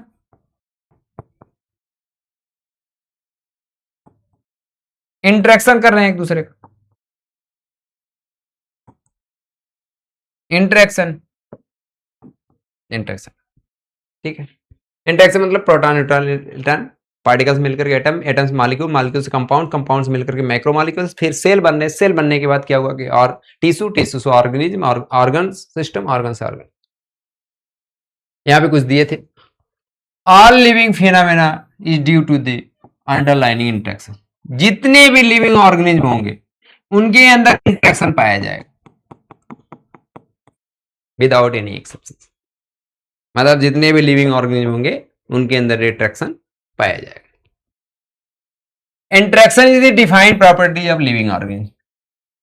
मतलब अभी तक जितना हम लोग पढ़े, ग्रोथ एंड रिप्रोडक्शन छोड़ करके सारे डिफाइनिंग प्रॉपर्टीज हैं किसके? लिविंग ऑर्गेनिज्म के। ग्रोथ और रिप्रोडक्शन क्यों नहीं वो भी हम लोग समझ गए थे, रीजन के। और ये लोग क्यों हैं इसकी वजह से हम लोग इसका भी रीजन समझ गए कि क्यों है डिफाइनिंग प्रॉपर्टीज ऑफ लिविंग। क्यों? क्योंकि हम लिविंग वर्ड ही पढ़ रहे हैं, लाइफ के बारे में पढ़ रहे हैं, तो लाइफ के बारे में हम समझे कि कौन डिफाइनिंग पर, कौन लिविंग के अंदर कौन कौन सी क्राइटेरिया पाए जाते हैं, कौन कौन से फंक्शन पाए जाते हैं, और उसके बाद किससे हम करेक्ट बता सकते हैं कि ये लिविंग है और नॉन लिविंग है। तो इसी चीज से हम लोग डिफाइन करें। Characteristic of the living organism. Living organism कुछ कैरेक्टर्स हैं, non defining characters and defining characters. मतलब जो अभी हम लोग पिछला पढ़ा जिससे समझ सकते हैं कि ये डिफाइनिंग कैरेक्टर्स है लिविंग ऑर्गेनिज्म के, ये नॉन डिफाइनिंग कैरेक्टर्स है नॉन लिविंग के। जैसे नॉन डिफाइनिंग कैरेक्टर्स में रिप्रोडक्शन एंड ग्रोथ। रिप्रोडक्शन क्यों है कि कुछ रिप्रोडक्शन का मतलब ये होता है कि अपने जैसा प्रोड्यूस करना संतान या प्रोजेनी या ऑफस्प्रिंग, तो इससे कहेंगे रिप्रोडक्शन। लेकिन कुछ ऐसे ऑर्गेनिज्म थे जो रिप्रोड्यूस नहीं कर रहे थे, like mules, infertile couples, style worker bee, style worker बीज। कौन कौन? Mules, infertile couples and style worker बीज। लेकिन कुछ ग्रोथ बता रहे थे कि डिफाइन कैरेक्टर क्यों नहीं हुआ? क्योंकि accumulation of materials in surface. बताया जाता है कि ग्रोथ जो लिविंग हो, बट आपने बोला कि ग्रोथ होने के लिए नंबर ऑफ सेल या मास होना चाहिए, और नॉन लिविंग ये दोनों प्रॉपर्टीज हो रहे थे क्योंकि मटेरियल्स एक्यूमुलेशन ऑफ सरफेस हो रहे हैं। अभी फैन कुछ दिन तक ठंडियों में बंद कर दीजिए, देखिएगा डस्ट पार्टिकल बढ़ते जाएंगे फैन के पत्तियों पे, तो धीरे धीरे क्या हो रहा है, उसका थिकनेस, मास, साइज भी बढ़ रहा है, नंबर ऑफ सेल भी पार्टिकल्स भी बढ़ रहे हैं, उनके अंदर भी ग्रोथ हो रहा। तो इन दोनों कारण से हमने डिफाइनिंग कैरेक्टर ग्रोथ को नहीं समझ पा रहे। मेटाबॉलिज्म, जितने भी सेल हो, चाहे यूनिट चाहे मल्टी, उनके अंदर मेटाबॉलिज्म होगा, मतलब केमिकल रिएक्शंस होंगे। सेलुलर ऑर्गेनाइजेशन, भाई अगर कोई लिविंग है तो सिंगल सेल का बना हो गया तो मल्टीपल सेल का बना जरूर होगा सेल का, तभी तो इनके अंदर ये रिएक्शन होगा। कॉन्शियसनेस मतलब चेतना, उनके अंदर फीलिंग होगी, चेतनाएं होंगी, अवेयरनेस होगा उनके अंदर। इंटरेक्शन, एक दूसरे के इंटरेक्ट करेंगे, इंटरेक्ट करके क्या करेंगे, पार्टिकल्स मिलकर के टिश्यू, टिश्यू पार्टिकल्स मिलकर एटम्स, एटम्स मिलकर के मॉलिक्यूल्स, मॉलिक्यूल्स से मिलकर के सेल, टिश्यू, ऑर्गन्स, ऑर्गेनिज्म, तो ये इनके अंदर इंटरेक्शन होगा। तो ये डिफाइनिंग कैरेक्टर्स है, ये नॉन डिफाइनिंग कैरेक्टर्स। ठीक है, अब हम लोग पढ़ते हैं डायवर्सिटी इन लिविंग वर्ड्स। अभी हम लोग लिविंग रिएक्शन डिफाइनिंग कैरेक्टर्स बारे में समझ रहे थे, कौन डिफाइनिंग कैरेक्टर्स है, कौन नॉन डिफाइनिंग कैरेक्टर्स है। लेकिन अब लोग समझते हैं कि हमारे जो वर्ड में कितनी डाइवर्सिटी है इस स्पीसीज की, अब हम लोग इसके बारे में समझ लें। जैसे कि पहला पॉइंट से number of type of organism present in earth called biodiversity, मतलब हमारे अर्थ में बहुत भिन्न भिन्न टाइप की, बहुत डिफरेंट टाइप के ऑर्गेनिज्म पाए जाते हैं, उसे हम लोग क्या बोलते हैं, बायोडाइवर्सिटी। जैसे कि अगर हम बात करें कि अगर हम बाहर चले जाएं, पार्क में चले जाएं, पार्क में बैठेंगे तो बड़े बड़े पौधे, छोटे छोटे पौधे, हम छोटे छोटे एनिमल्स, बहुत स्मॉल एनिमल्स, माइक्रो ऑर्गेनिज्म, सब वहां पे multiple many types of organism वहां पे टहल रहे हैं, तो उन्हें हम क्या बोलेंगे, बायोडाइवर्सिटी बोलेंगे। तो हमारे जो अर्थ पे है बहुत सारे टाइप के आपको स्पीसीज मिलेंगे, उन्हीं सबको मिला करके हम क्या बोलते हैं, बायोडाइवर्सिटीज। जैसे type of organism, type of species 1.7 to 1.8 million species. हमारे अर्थ पे कितनी स्पीसीज पाए जाते हैं टाइप्स के, 1.7 या 1.8 मिलियन, मतलब 17 से 18 लाख में क्या स्पीसीज, 17 से 18 लाख स्पीसीज, जो कि अभी इतना ये हैं, अभी बहुत सारे खोज नहीं हुए हैं, जिसके बारे में साइंटिस्ट लोग अभी उसके बारे में नहीं डिस्कवर कर पाए हैं, बता नहीं पाए हैं। लेकिन जितना ये बताए हैं कि हमारे अर्थ पे इतने टाइप्स की स्पीसीज है, 1.7 to 1.8 million. Each different kinds of animals, plants represent in species, मतलब बहुत सारे टाइप्स के, डिफरेंट टाइप्स के प्लांट्स, एनिमल्स, स्पीसीज पाए जाएंगे कहां पे, हमारे अर्थ में। Term of biodiversity given by Rosen. Biodiversity की जो टर्म दिए थे, कौन दिए थे, रोजन दिए थे। लेकिन टर्म ऑफ बायोडाइवर्सिटी के पॉपुलराइज किए थे कौन, एडवर्ड विल्सन। टर्म कौन दिया था, रोजन, लेकिन उसे पॉपुलराइज कौन किया था बायोडाइवर्सिटीज को, एडवर्ड विल्सन। कौन, एडवर्ड विल्सन। ये इंपॉर्टेंट है। ठीक है, आगे चलें।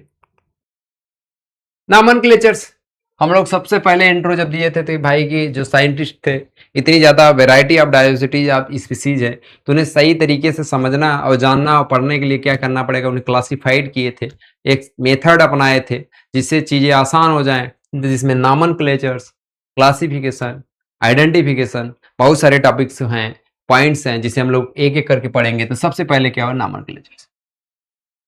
नामनक्लेचर मतलब कि नामकरण करना। जैसे कि मान लीजिए अगर हम कोई एनिमल्स, अब तो मुझे आसान हो गया, उनका नामकरण हो गया है, कोई भी एनिमल्स हो।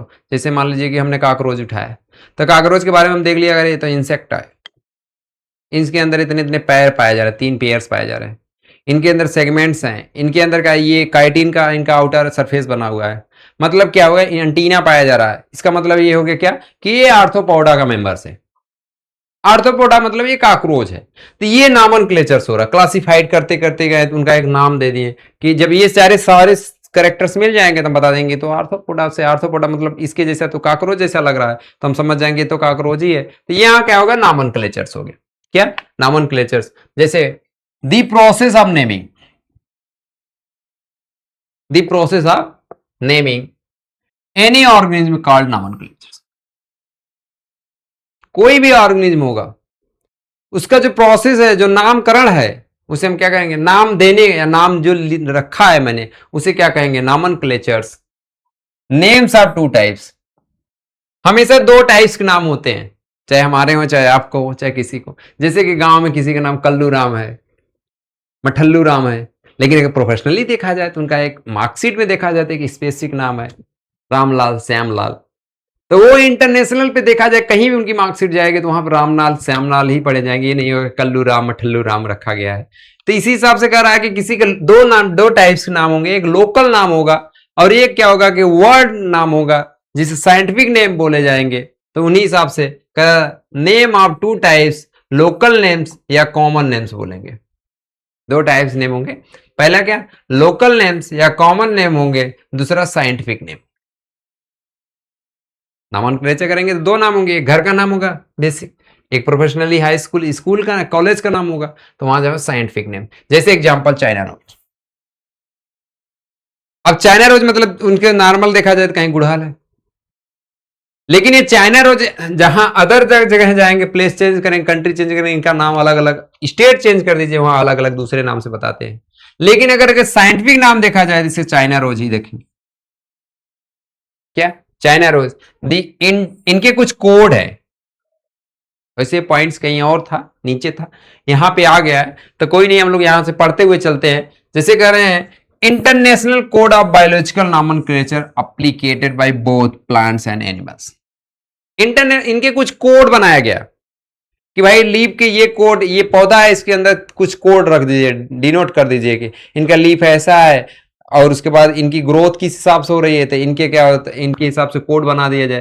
तो कोडिंग किए, कोडिंग एनिमल्स में ही नहीं, दोनों में रखा गया, प्लांट्स एंड एनिमल्स दोनों में कोडिंग किया गया। तो कह रहे हैं international code for biological code of biological nomenclatures applicated, किसमें इंटरनेशनल जो कोड है, अंतरराष्ट्रीय नामकरण जो है या कोड बनाया गया, किसमें बोथ प्लांट्स एंड एनिमल्स दोनों में। जैसे आईसीबीएन, आईसीबीएन मतलब कि international code for, international code for botanical nomenclature applicable to plants. ICBN की जहां बात आएगी, international code for botanical nomenclatures applicated to, applied to किसमें, प्लांट्स। आईसीबीएन किसमें होगा, प्लांट्स में। एक दूसरा कोड रखा गया एनिमल्स के लिए, आईसीजेडएन, क्या आईसीजेडएन इंटरनेशनल कोड ऑफ, बहुत बार ये ऊपर नीचे कर देता है एग्जाम्स में, तो international code of zoological nomenclatures applicables in animals.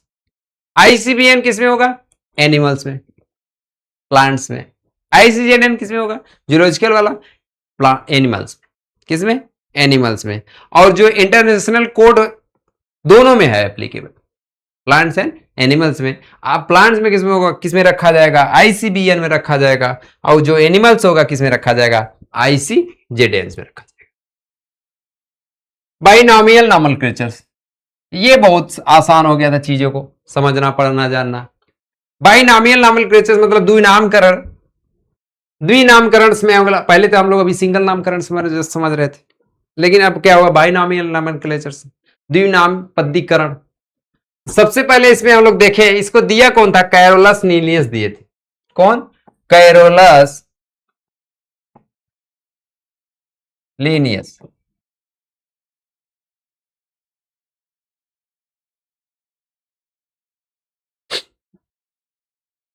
Process of providing scientific name of called binomial nomenclature.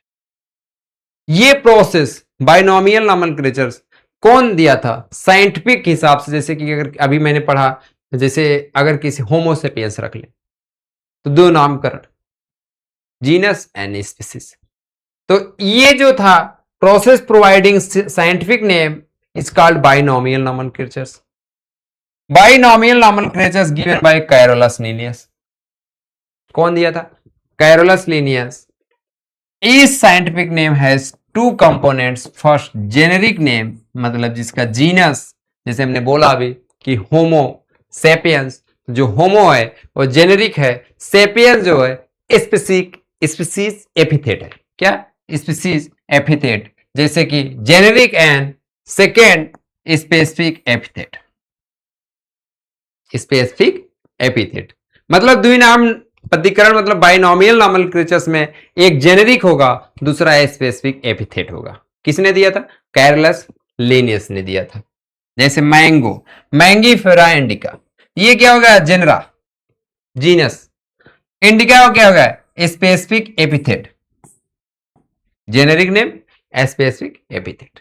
द्विनामकरण binomial nomenclatures किसका, मैंगो का, Mangifera indica. Binomial nomenclatures has been used to the biologist all over the world. ये जो binomial नॉमेनक्लेचर्स है इसी नाम से पूरे world में जाना जाएगा, पहचाना जाएगा। जैसे कि अगर मैं यहाँ पे आम को चौसा या कुछ और नाम से बोल रहा हूँ, या कुछ जो हमारे यहाँ से बताते हैं कि ये लंगड़ा है, चौसा है, ये ऐसा है, लेकिन अगर देखा जाए, बताया जाएगा कि ये आम है, तो पूरे इंटरनेशनल की बात किया जाए तो यही बोलेंगे कि दिस इज मैंगीफेरा इंडिका। हम भी अगर साइंटिफिक एंगल से देखेंगे तो मैंगीफेरा इंडिका, तो ये अंतरराष्ट्रीय इंटरनेशनल नेम है scientific binomial nomenclature Mangifera indica. तो यही चीज करा, binomial nomenclatures has been used biologist, जितने बायोलॉजिस्ट होते हैं ऑल ओवर द वर्ल्ड में, जितने बायोलॉजिस्ट होते हैं पूरे वर्ल्ड में, उन्हें बायोलॉजिकल नॉमेनक्लेचर से ही, बाइनोमियल नॉमेनक्लेचर से ही इसे समझेंगे। सेकेंड करा, बाइनोमियल नॉमेनक्लेचर्स इज मोर कन्वीनियंट, बहुत आसान होता है। क्या मोर कन्वीनियंट मतलब? कन्वीनियंट मतलब आसान या सुविधाजनक होना, सुविधाजनक होना।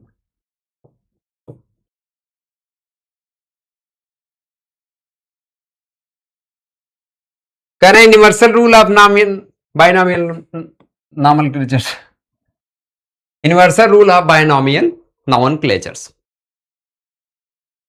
Scientific name of organism has two components. अरे वही अभी तो बात हुआ, generic, specific, epithet. Scientific names दिए binomial nomenclature. First word denoted by generic name, पहला वर्ड जो होता है क्या होता है? जेनेरिक नेम्स होते हैं। And second word denoted by specific epithet. अभी हम लोग जो इसे पढ़ा मैंगो, मैंगीफेरा इंडिका, तो जो मैंगी था, मैंगीफेरा क्या था? जेनेरिक था। इंडिका था क्या? स्पेसिफिक एपिथेट था, बाइनोमियल नॉमेनक्लेचर। जैसे आप दूसरा एग्जांपल ले लें ह्यूमंस में, ह्यूमंस होमोसेपियंस, तो होमो क्या है? जेनेरिक है। सेपियंस क्या है? Specific epithet. होमो जेनेरिक, और उसके बाद सेपियंस क्या हो गया? Specific epithet. जेनेरिक मतलब जीनस, जेनेरिक नेम मतलब जीनस, और स्पेसिफिक एपिथेट मतलब स्पीसीज। क्या? Species. Generic name start with the capital letter, मतलब जो जेनेरिक नेम होगा हमेशा कैपिटल मतलब बड़ा वर्ड से स्टार्ट होगा। जैसे कि होमो, कैपिटल्स। लेकिन स्पेसिफिक जो होगा, स्पेसिफिक एपिथेट होगा, वो स्मॉल लेटर से स्टार्ट होगा। जैसे देखिए यहां पे क्या है? सेपियंस, छोटे लेटर, यस स्मॉल है। तो वही चीज करा, generic name start with the capital letters and specific epithet start with the small letter. जो इस कैपिटल लेटर जेनेरिक होगा वो कैपिटल लेटर से रखा इंडिकेट किया जाएगा, लिखा जाएगा, और जो स्मॉल लेटर होगा हमारा मतलब स्पेसिफिक एपिथेट होगा जो स्मॉल वर्ड या स्मॉल लेटर से लिखा जाएगा। जैसे वीट, क्या? वीट। ट्रिटिकम एस्टिवम, तो देखिए जी टी कैपिटल से, एस्टिवम क्या हुआ? स्मॉल से, ए। स्पेसिफिक एपिथेट हो गया, ये जेनेरिक हो गया। जेनेरिक मतलब जीनस हो गया, स्पेसिफिक एपिथेट मतलब स्पीसीज, क्या? स्पीसीज हो गया। Next, when handwritten generic name and specific epithet are separately underlined। जब अगर हम हैंड रिटेन करेंगे स्पीसीज एंड जेनरिक को, तो हम क्या करेंगे? उसे अंडरलाइन करेंगे, उसके नीचे क्या करेंगे? अंडरलाइन करेंगे। और प्रिंटेड इन इटैलिक या indicate by the Latin version, और जब प्रिंटेड कराएंगे तो किसमें? इटैलिक्स में। अगर हैंड रिटेन करेंगे तो उसके अंदर पीछे अंडरलाइन करेंगे, अगर हम प्रिंटेड करा रहे हैं तो इटैलिक इंडिकेट्स करेंगे। किसे? बाइनोमियल नॉमेनक्लेचर्स को, जो जेनेरिक एंड स्पेसिफिक एपिथेट्स है।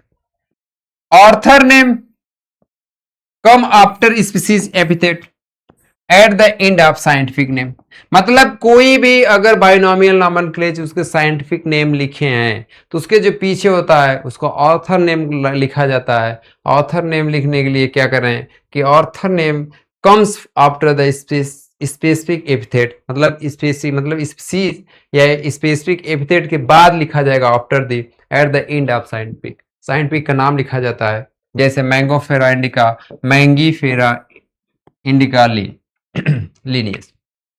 क्या? मैंगो को कौन साइंटिस्ट ने वो किया था? लीनियस ने।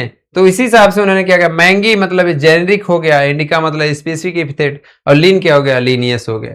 ये क्या साइंटिफिक है, ए स्पीसीज ए साइंटिस्ट, इसके जस्ट फिर इन्होंने कहा mango, Mangifera indica Linn short form, पूरा wording. Name of author is the never underline in italic.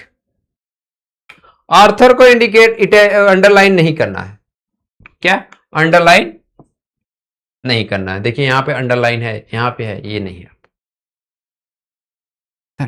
Arthur name written in the abbreviated form, abbreviated form मतलब कि लिन short form में, पूरा word नहीं लिखा जाएगा, किसका, ऑर्थर का। Author name is the written by roman type, जो ऑर्थर का नेम लिखा जाएगा किस टाइप में, रोमन। रोमन मतलब कि जैसे हम लोग इंग्लिश में पढ़ते नहीं है कि कहीं पे टाइपिंग करना हो तो कैलिबरी में लिखा जाए या बोल्ड में रखते हैं, तो उसी हिसाब से क्या होता है, रोमन वर्ड में, किसका, ऑर्थर का। आगे चलते हैं सिस्टमैटिक। अब हम लोग पढ़ते हैं क्या, सिस्टमैटिक। सिस्टमैटिक मतलब कोई चीज सिस्टमैटिक ढंग से रख देना। सिस्टमैटिक ढंग से मतलब कि छोटा सामान, उसके ऊपर बड़ा सामान, या सबसे नीचे बड़ा सामान, फिर छोटा, उससे बड़ा, उससे छोटा, उससे छोटा, उससे सबसे टॉप एकदम छोटा, ताकि बैलेंस। या कहीं सामान यहाँ रखना है तो इसे स्पेसिफिक फॉर्म यहाँ रख देना है कि नहीं भाई, जितने छोटे छोटे सेंसिटिव चीजें इधर रखना है, जितने हार्ड सामान है, जितने उस टाइप से हैं, फालतू चीजें हैं स्टोर रूम साइड फेंक दीजिए इधर, मतलब सब सिस्टमैटिक ढंग से रख देना।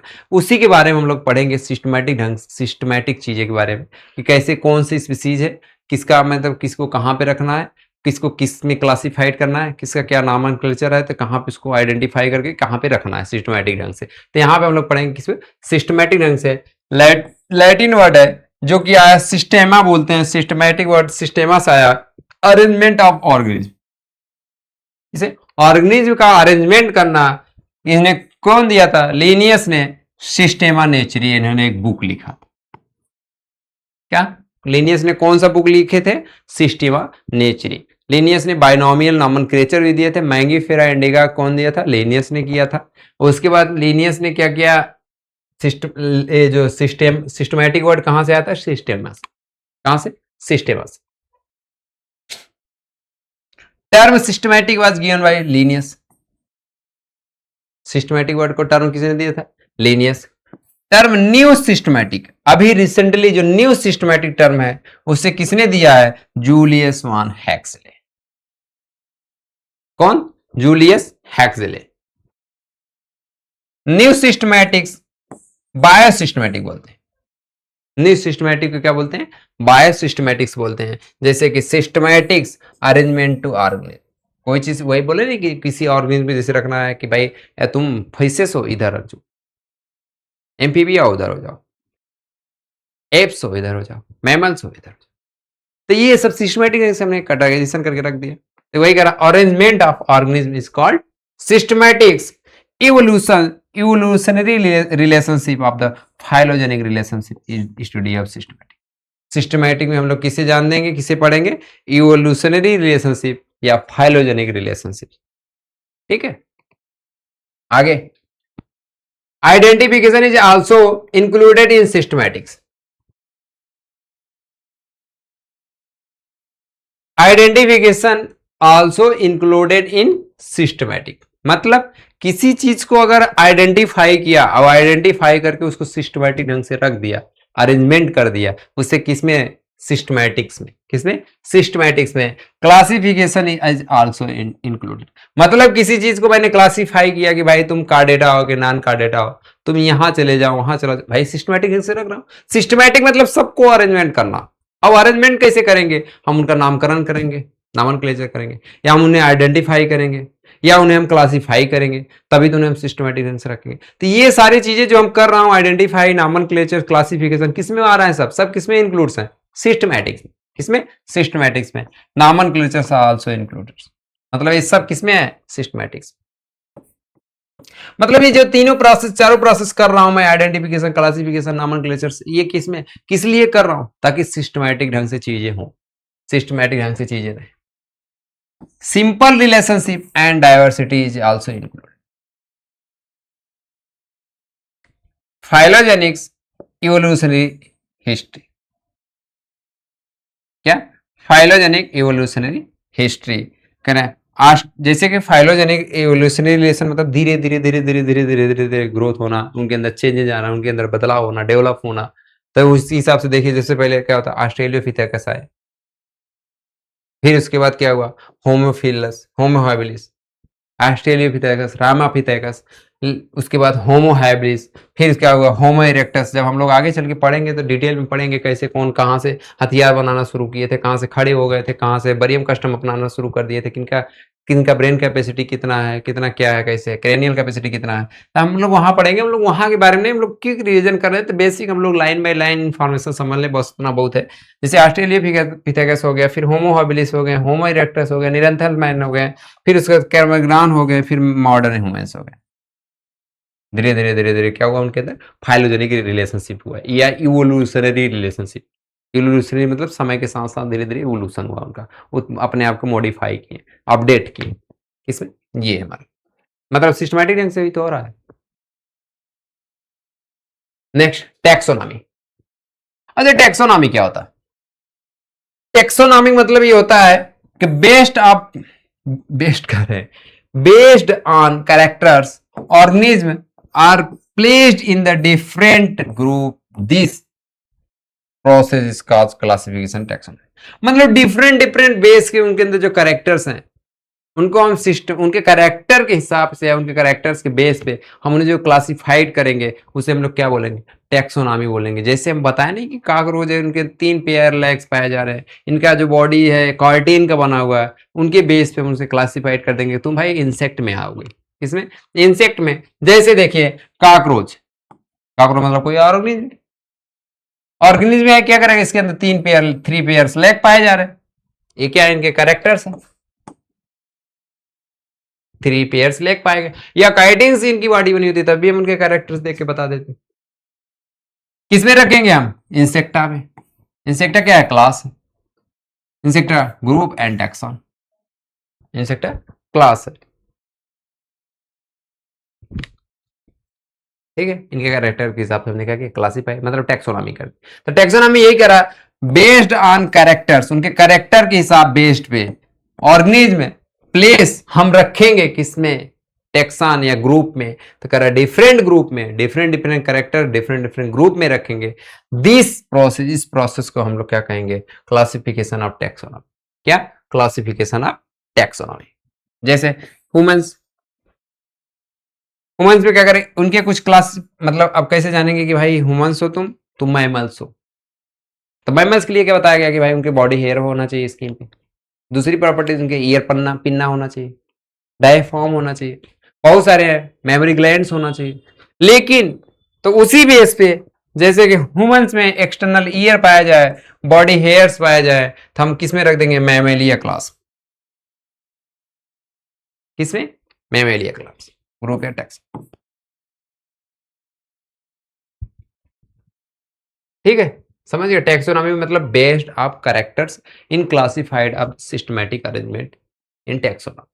मतलब उनके कैरेक्टर के बेस पे हमने क्लासिफाइड करेंगे, उसे हम क्या बोलते हैं, टैक्सोनॉमी बोलते हैं। चलें आगे। अब कुछ में यहाँ पे टर्मोलॉजिस्ट दिए हैं, जैसे कि term of taxonomy was given by AP de कंडोल्स।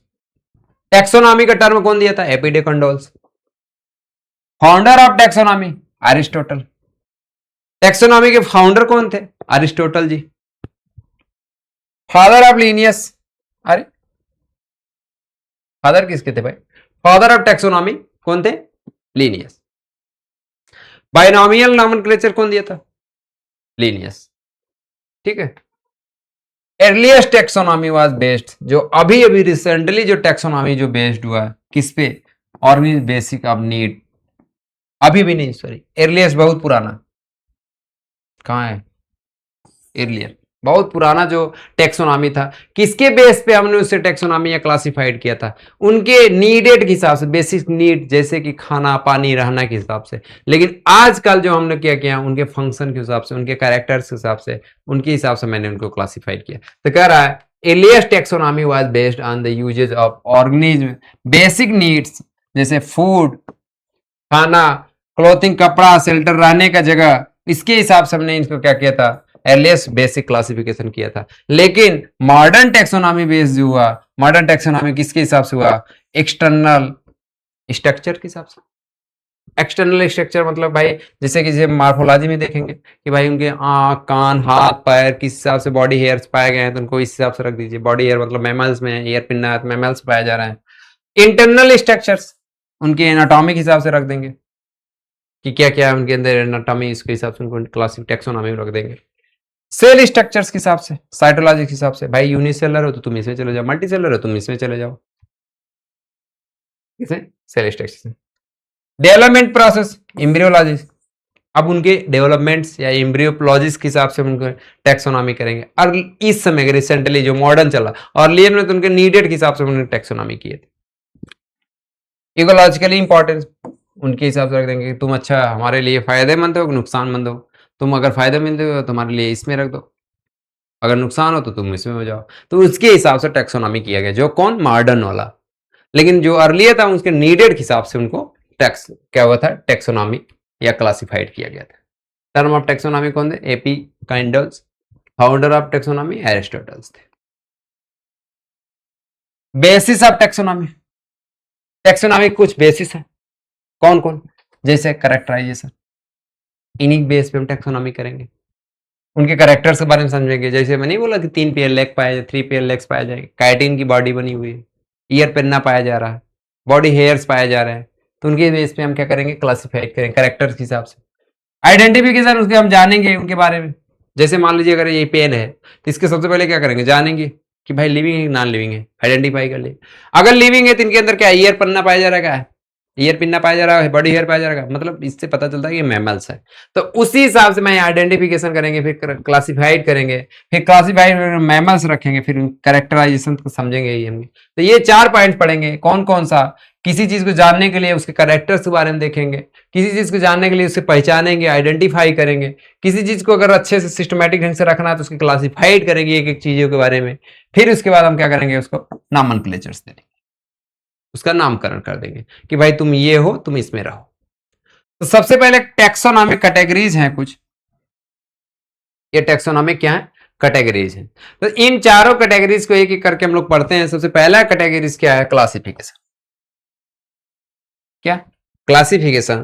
Classification में हम लोग देखते हैं the process by which anything is group into, the process by which anything these groups convenient category as the basis easily observable characters called classification। convenient category मतलब बड़ा आसान हो जाएगा, किसमें क्लासिफाइड कर देंगे हम किसी एनिमल्स या किसी ऑर्गेनिज्म को। अगर हम क्लासिफाइड कर देंगे तो हमें समझने के लिए या उसे जानने के लिए क्या हो जाएगा? चीजें आसान हो जाएंगे। जैसे क्या एग्जाम्पल्स में? Cat, dog, humans, mammals, external ears, body hairs. अब मान लीजिए इनके कैरेक्टर के बेस पे, जैसे कैटेगरीज के, इनके कैरेक्टर के बेस पे हमने क्लासिफाई किया हो तो क्या क्या क्या कि कैट है, अच्छा इनके ऊपर हेयर बॉडी हेयर पाया जाएगा। डॉग है, बॉडी हेयर पाए जाएंगे। ईयर पिन्ना पाया जाएगा, किसके? कैट के अंदर, डॉग के अंदर। मतलब मेमोरी ग्लैंड्स पाए जाएंगे, किसके अंदर? कैट्स एंड डॉग के। मतलब इससे पता चल गया कि क्या किसमें क्लास, किसकी क्लास में आएंगे? मैमल्स में आएंगे। किसमें? मैमल्स में। Next, classification is not single step process.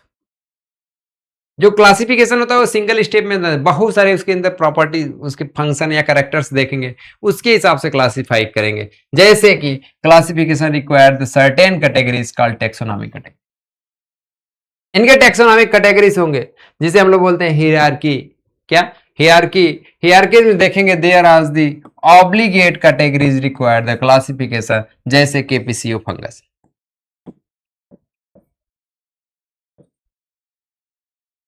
Taxonomic hierarchy. Taxonomic hierarchy में हम देखेंगे ascending characters and descending characters. एक चीज हमेशा जान लीजिए कि टॉप टू बॉटम, अगर अपेक्स किंगडम से, अगर किंगडम से नीचे की तरफ आ रहे हो तो कॉमन कैरेक्टर्स बढ़ेगा और जनरल कैरेक्टर्स घटेंगे। जनरल कैरेक्टर्स और कॉमन कैरेक्टर्स मतलब इनके अंदर जो similar character species to species होंगे बढ़ेगा, लेकिन जनरल कैरेक्टर मतलब कि तुम एनिमल्स होते, एनिमल टॉप पे रहोगे, यहाँ पे यदि मैमेलिया हो क्लास में कि तुम होमिनिडी हो, प्राइमेटा हो, इस हिसाब से तुम उसी हिसाब से देखो, क्योंकि धीरे धीरे यहाँ जिसे कि हम एक बेसिक एग्जांपल देखें, जितना सिमिलर कैरेक्टर्स अगर देखा जाए हम हमारे भाई में देखने को मिलेगा, उतना हमारी सिमिलर कैरेक्टर्स हमारे पड़ोसी में नहीं दिखेगा। क्यों? क्योंकि धीरे धीरे धीरे धीरे हम टॉप पे जा रहे हैं, जीनस पे, चाचा के लड़के और हमारे में डिफरेंस। हमारे भाई में जितना कॉमन रहेगा उतना हमारे चाचा में कॉमन नहीं रहेगा, क्योंकि उनके अंदर उनके मम्मी उनके पापा के गैमेट से फ्यूजन होगा, उनके अंदर वेरिएशन आएगा। फिर उसके बाद फैमिली हो जाएगी हमारी, फैमिली के बाद ऑर्डर, दादा, गांव, पड़ोसी, पूरा इधर उधर पूरे गांव हो जाएगी, पूरा जिला हो जाएगी, फिर किंगडम, पूरा राज्य बन जाएगा। इसी हिसाब से क्यों? क्योंकि अब यहाँ पे देखिए कॉमन कैरेक्टर सबसे ज्यादा था हमारे भाई में, लेकिन जब टॉप पे चले आएंगे हमारे और आप में देखेंगे, जब पूरे राज्य के बारे पर्सन किसी के उठा करके मेरे मिलाएंगे तो बहुत ज्यादा डिफरेंस हो जाएगा। क्या? Common character. लेकिन जनरल कैरेक्टर्स बढ़ेगा। क्यों? क्योंकि आप भी एनिमल्स, हम भी एनिमल्स, आप भी मैमल्स, हम भी मैमल्स, आप भी ह्यूमंस, हम भी ह्यूमंस। तो ये जनरल कैरेक्टर्स। कॉमन कैरेक्टर मतलब हमारे भाई के अंदर जितना ज्यादा कॉमन कैरेक्टर्स मैच करेगा उतना हमारे और आपके अंदर कैरेक्टर्स मैच नहीं करेंगे। मैंने ये बेसिक समझाने की तरीका समझाया, लेकिन जैसे कह रहे हैं कि kingdom Animalia, taxon, phylum. Phylum देखिए प्लांट्स के लिए यूज किया जाता है, एनिमल्स के लिए।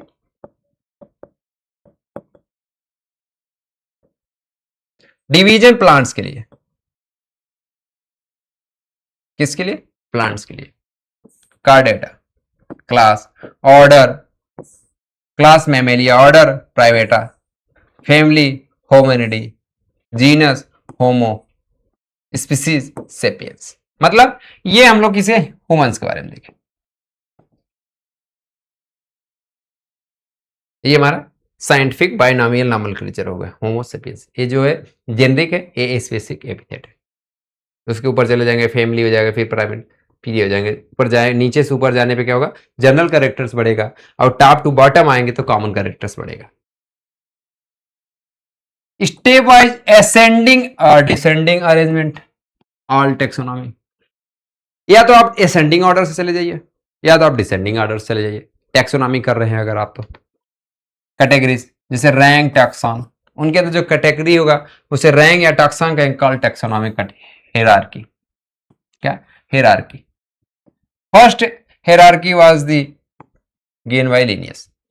कुछ हायरार्की के बारे में लिनियस जी ने दिया था, किसे किसे? क्लास के बारे में बताए थे, कौन? Linnaeus, Carolus Linnaeus. ऑर्डर के बारे में बताए थे, जीनस के बारे में, स्पीसीज के बारे में, एंड वैरायटी तो लास्ट में आ गया, स्पीसीज के बारे तक देखिए। यहां तक कौन दिया था? लिनियस ने। कौन? Carolus Linnaeus. इसे हम लोग क्या कहेंगे? हायरार्की। इसके आगे हम लोग फिर पढ़े फाइलम, फिर इसके बाद किंगडम, टॉप पे चले गए। तो Linnaeus hierarchy 5 category and 5 rank दिए। कौन कौन सा? Class, order, genus, species, variety. ये किस 5 कैटेगरी किसने दिया था? लिनियस। 5 रैंक, या उसी कैटेगरी को हम रैंक बोल सकते हैं, या हम बोल सकते हैं टैक्सॉन बोल सकते हैं। ठीक है, आगे चलिए। स्पीसीज लोवेस्ट टैक्सॉन है, बिल्कुल सबसे बॉटम पे है species, lowest taxon. Smallest taxon, हाँ भाई लोवेस्ट है, तो स्मॉलेस्ट सबसे छोटा है। Basis unit of classification and taxonomy, ये important. Basis unit of classification and taxonomy हमारा क्या है? स्पीसीज है। सबसे लोवेस्ट हमारा टैक्सोनॉमी क्या है? स्पीसीज। सबसे स्मॉलेस्ट हमारा अगर टैक्सोनॉमी है क्या है? स्पीसीज है। यूनिट ऑफ इवोल्यूशन भी इसे बोल सकते हैं, किसे? स्पीसीज को। Only taxon which has the real existence, term species was given bye John रे। स्पीसीज का जो स्पीसीज नाम का जो टर्म था वो कौन दिया था? जॉन रे ने दिया था। कौन? जॉन रे। Lowest, smallest, basic, unit of evolution, सब टर्म कौन? जॉन रे। क्यों था? स्पीसीज। आगे चले। अब थोड़ा सा मतलब एनसीईआरटी, जब पहला चैप्टर एनसीईआरटी के 11th का सबसे शुरू में जब करेंगे तो उसी चैप्टर्स की यूनिट्स में स्टार्ट में ही अर्नेस्ट मेयर के बारे में बात किया गया कि भाई ये क्या हुआ, ये ट्रिपल क्राउन बोला जाता है, 20th सेंचुरी ऑफ डार्विन बोला जाता है अर्नेस्ट मेयर के। उसके बाद इन्होंने क्रॉनफोर्ड मतलब कि क्रॉनफोर्ड बालजान इंटरनेशनल प्राइज, इन्होंने 3 प्राइज पाए गए थे, इसीलिए इन्हें ट्रिपल क्राउन बोला जाता है। 80 साल का इनका कैरियर था, किसका? अर्नेस्ट मेयर का। लगभग 100 साल, मतलब इन्होंने 100 साल इनका लाइफ स्पैन था। तो इसके बारे में थोड़ा सा हम इनके बारे में समझ लें अच्छे से। अर्नेस्ट मेयर 1904 से 2004 तक इनका जो लाइफ स्पैन था। He is the 100 great scientist in all time, मतलब टॉप 100 में ये टॉप हैं। कौन? Ernest Mayrs. Studies by Harvard University, evolution biologist. इन्होंने हार्वर्ड यूनिवर्सिटी से पढ़े हैं। कौन किससे? एवोल्यूशन बायोलॉजिस्ट से। Also known as the 20th century of Darwin, मतलब इन्हें 20th सेंचुरी ऑफ डार्विन भी बोला जाता है। किसे? अर्नेस्ट मेयर को। Currently accepted by defining biological, currently accepted defining of the biological species was given by him. Origin species diversity, Ernest Mayr 80 साल। इन्होंने बहुत, मतलब बायोलॉजी में बहुत ज्यादा इन्होंने अपने आप को डाइवर्सिटी, बहुत भिन्न भिन्न चीजों के बारे में रिसर्च किए, समझे। कौन? Ernest Mayr ji. उसके बाद इन्होंने क्या किया कि origin of species diversity, Ernest Mayr 80 साल तक साइंटिफिक कैरियर, मतलब इनका जो साइंटिफिक कैरियर था किसका? अर्नेस्ट मेयर का। कितना था? लगभग 80 साल तक। कितना? 80 साल तक, 80 ईयर्स। इन्होंने जिस पे रिसर्च किए थे, जिस पे काम किए थे, कौन कौन था? History and philosophy of biology. अगर बात किया जाए हॉस्टेज, क्या ट्रिक अगर याद करें तो हॉस्टेज किस पे इन्होंने स्टडीज किए थे और किस पे इन्होंने रिसर्च किए थे। जैसे पहला history and philosophy of biology, और इंथियोलॉजी पे, सिस्टमैटिक्स पे, टेक्सोनॉमी पे, एवोल्यूशन पे एंड जियोग्राफी पे। किस पे? हॉस्टेज, हिस्ट्री ऑफ फिलॉसफी पे। दूसरा क्या? ऑर्निथोलॉजी पे, systematic, taxonomy, evolution and zoology पे। कौन? Ernest Mayr. इनका कैरियर कितना तक? Scientific career 80 years. कितना? 80। इन्हें 20th सेंचुरी डार्विन कहा जाता है। किसे? अर्नेस्ट मेयर को। 3 प्राइज वेर गिवन। इनको 3, मतलब 3 प्राइज मिला था, जिसे हम लोग बोलते हैं ट्रिपल क्राउन ऑफ बायोलॉजी। क्या?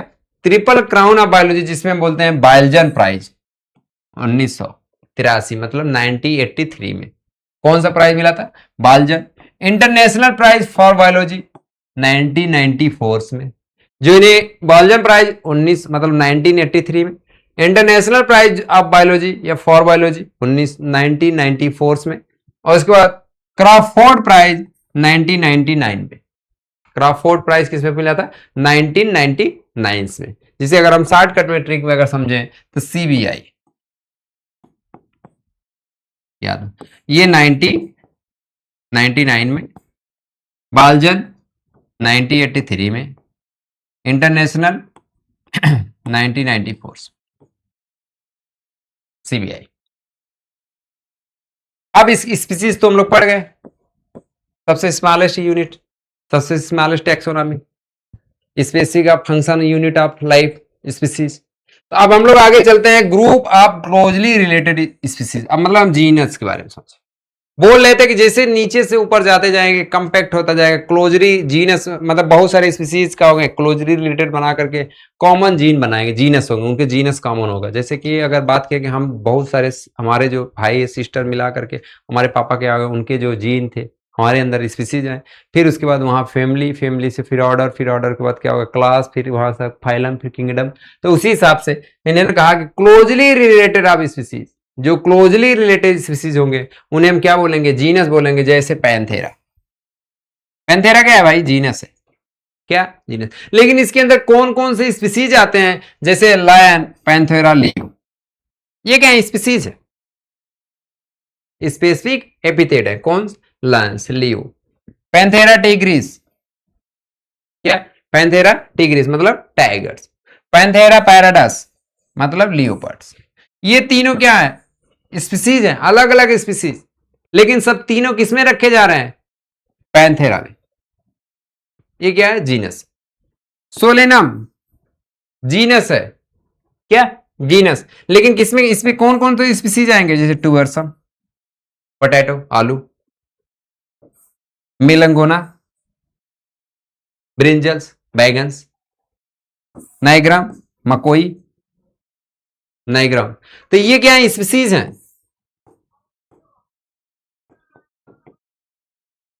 लेकिन ये क्या है? जीनस है। तो बहुत सारी स्पीसीज देखिए, 3 मिलकर के सिंगल जीनस। यही चीज कह रहा था, group of closely related species, मतलब इनके अंदर जो क्लोजली रिलेटेड, एक दूसरे के रिलेटेड होंगे, इनके जो कैरेक्टर्स होंगे सिमिलर होंगे, मिल करके क्या बनाएंगे जीनस, जिसे बोला हमने क्या सोलेनम, क्या सोलेनम। आगे चल के जब पढ़ेंगे तो हम फैमिली चले जाएंगे तो सोलनेसिम देख लेंगे।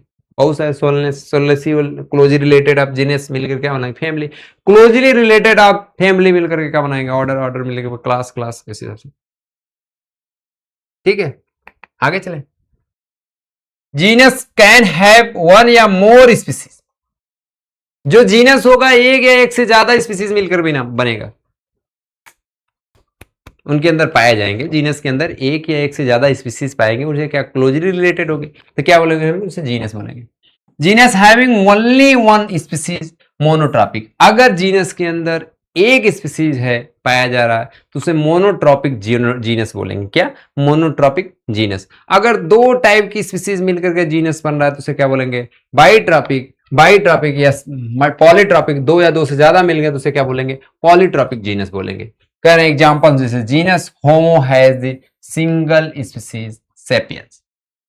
होमस जो जीनस है इसके अंदर एक ही स्पीसीज पाया जा रहा है, कौन सा, सेपियंस। तो ये क्या हो गया मोनोट्रॉपिक जीनस है। जैसे हम लोग कौन सा जीनस है मोनोट्रॉपिक, क्यों, क्योंकि हम लोग सेपियंस सिंगल स्पीसीज मिलकर के जीनस में, दो तीन स्पीसीज अगर मिल जाते तो हम लोग क्या हो जाते पॉलीट्रॉपिक जीनस हो जाते।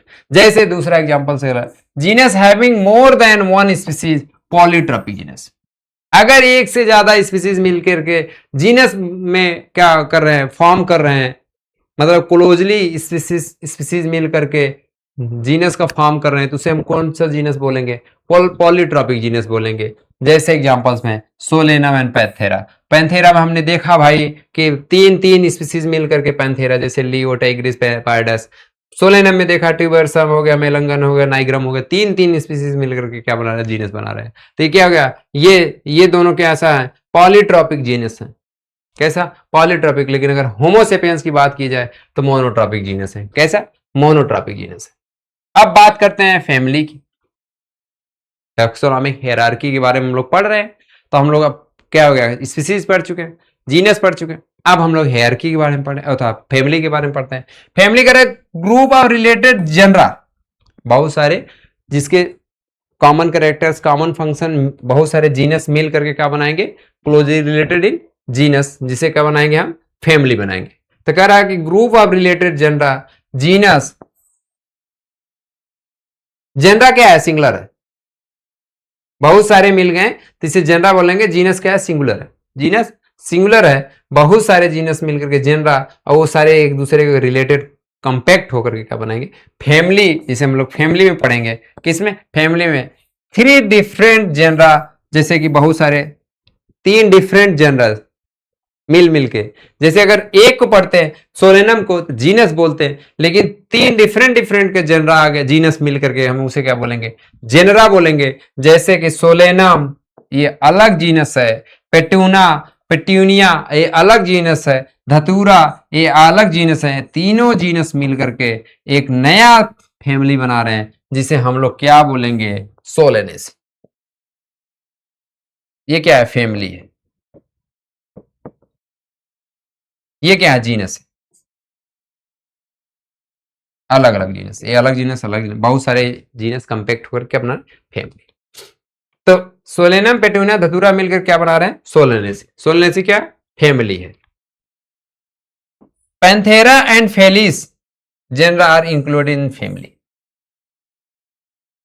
फेलिस एंड पैंथेरा मिलकर के किसमें ये क्या बना रहे हैं फैमिली, फेलिडी, क्या फेलिडिटी। फैमिली आर करेक्टर्स, फैमिली जो होते हैं characters both morphologically features and the produce character. जब फैमिली होंगे उनके अंदर मार्फोलॉजिकल करेक्टर्स क्या सिमिलर होगा, जो फैमिली होंगे मतलब कि उनके जनरा सेम होगा, और जनरा सेम होगा तो तभी क्लोजली रिलेटेड जनरा फैमिली बना रहे हैं।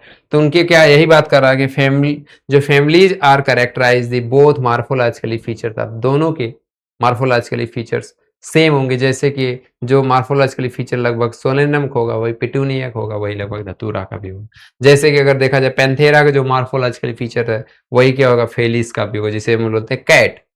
फेलिस क्या होगा कैट्स में रखेंगे, पैंथेरा में पैंथेरा लियो, पैंथेरा टिग्रिस, क्योंकि ये दोनों कार्निवोरस में। और जब कैनिस की बात आएगी तो वहां डार्क की आ जाएगी।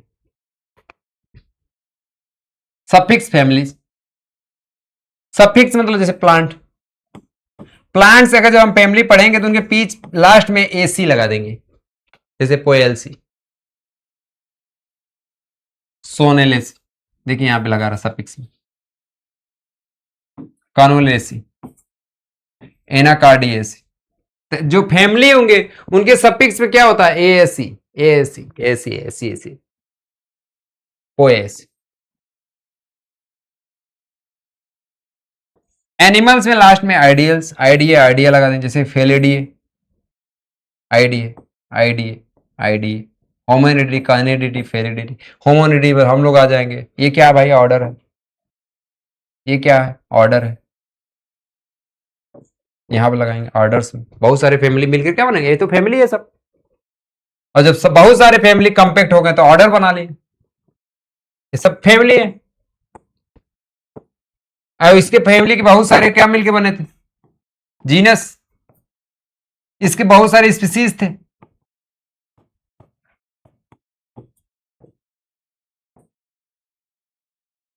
अभी हम लोग तो यही सब पढ़ते चले आ रहे हैं, जीनस, जीनस, जीनस, फैमिली, फिर यहां से स्पीसीज, स्पीसीज, तो अब ये फैमिली मिलकर क्या बना, ऑर्डर बन गया, ऑर्डर बनने के बाद क्या हो जाएगा, केपीसीओ फंगस, अब क्लास हो जाएगा, क्लास के बाद फाइलम, फाइलम बाद किंगडम हो जाएगा, एनिमल किंगडम से आ जाएगा, तो ये ऑर्डर बहुत सारे फैमिली, जैसे मान लीजिए लास्ट में फेलिडिटी, फेलिडिटी में क्या रखेंगे हम लोग, कैट,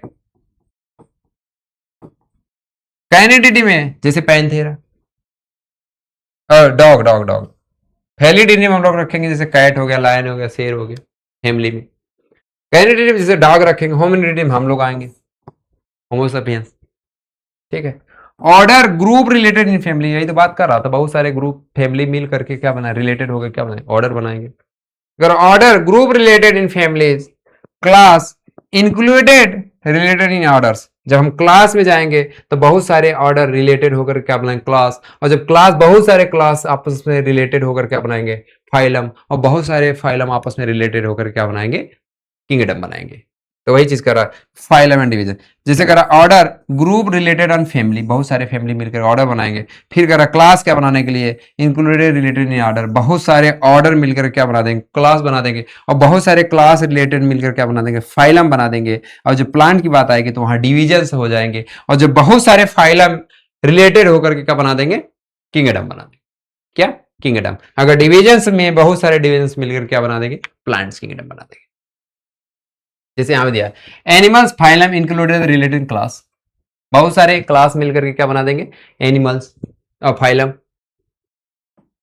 अब प्लांट्स के लिए बहुत सारे रिलेटेड क्लास, तो वहां पे बात होगी डिविजन्स, फाइलम ना बोल करके डिविजन्स बोलेंगे, species, genus, family based on the many similar character, मतलब ये तीनों चीजें देखिए बहुत ज्यादा एक दूसरे का सिमिलर कैरेक्टर होता है, कौन सा, कॉमन कैरेक्टर्स,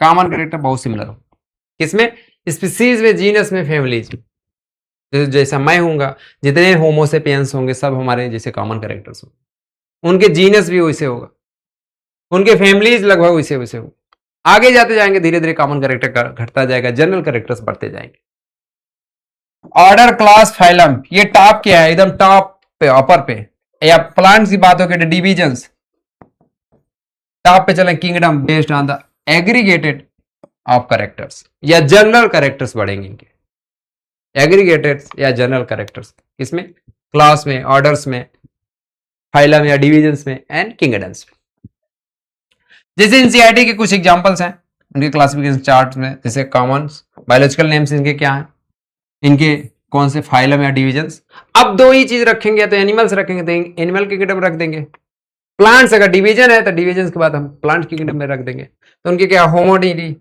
होमोसेपियंस, ये इनके जीनस है, इनकी स्पीसीज है, मस्का डोमेस्टिका ये जीनस है, किसका, हाउस फ्लाई का, ये स्पीसीज है, ये मैंगीफेरा जीनस है, ये स्पीसीज है, टिटिकम एस्टिवम ये जीनस है, ये स्पीसीज है, किसका, व्हीट का, अब जीनस स्पीसीज मिलकर क्या बनाएंगे भाई, ये देखिए यहां पर अलग कर दिया, जीनस अलग, मस्का डोमेस्टिका, टिटिका, अब बहुत सारे जीनस मिल करके कंपैक्ट होकर के क्लोजली रिलेटेड क्या बनाएंगे, होमोनिडी जिसे बोलते हैं, फैमिली। होमोनिडी किसका है? हमारा होमोसेपियंस का, ह्यूमंस का। मस्का डोमेस्टिका, मिसिडिडी, लास्ट में आईडीई बताए थे किसमें? फैमिली में। एनाकार्डिसी, आईडीई, पोएसी किसमें? हमारा व्हीट में, पोल्स में। अब बहुत सारे ऑर्डर, मतलब फैमिली मिल करके क्या बनाएंगे? ऑर्डर बनाएंगे। बहुत सारे फैमिली मिल करके ऑर्डर बनाएंगे। बहुत सारे क्लोजली रिलेटेड फैमिली मिल करके ऑर्डर। अब बहुत सारे ऑर्डर क्लोजली रिलेटेड होकर के क्लास बनाएंगे। बहुत सारे क्लोजली रिलेटेड होकर क्लास, बहुत सारे क्लोजली रिलेटेड होकर क्या बनाएंगे? फाइलम बनाएंगे। अगर प्लांट्स की बात होगी तो डिवीजन बनाएंगे। कौन से? प्लांट। तो इधर से इधर जाने पे जनरल कैरेक्टर्स बढ़ेगा, लेकिन कॉमन कैरेक्टर्स घटेंगे। लेकिन इधर से इधर आने पे कॉमन कैरेक्टर्स बढ़ेगा, जनरल कैरेक्टर्स क्या होगा? घटेगा। तो क्या हो गया हमारा इसमें? बाकी हमारा चैप्टर्स खत्म हो गया। हम लोग जहां तक सोचे थे कि क्विक रिविजन्स को कराने के लिए और कंप्लीट चैप्टर्स को, जितने भी लिविंग वर्ड्स में जो भी जो पॉइंट्स मिले, चाहे आपको डिफाइनिंग कैरेक्टर से लेकर के चारों नॉन डिफाइनिंग कैरेक्टर्स के बारे में देखा हम लोग, ग्रोथ से लेकर के हम लोग कहाँ इंटरेक्शन तक आए, और उसके बाद हम लोग क्लासिफिकेशन, हायरार्की के बारे में, आइडेंटिफिकेशन, नॉमेनक्लेचर, कॉन्सेप्शन, सब कुछ पढ़ा हम लोग। जो जो चीज़ें मिलनी चाहिए एग्जाम पर्पज से, बहुत ही चीज़ें इसमें वो है, हेल्प करेगा। और बाकी हम लोग नेक्स्ट चैप्टर्स को कंटिन्यू करेंगे और आप सब पढ़ते रहिए, और चीज़ें को हम फिर से दूसरी चैप्टर्स को जस्ट कंटिन्यू करेंगे। और थैंक यू।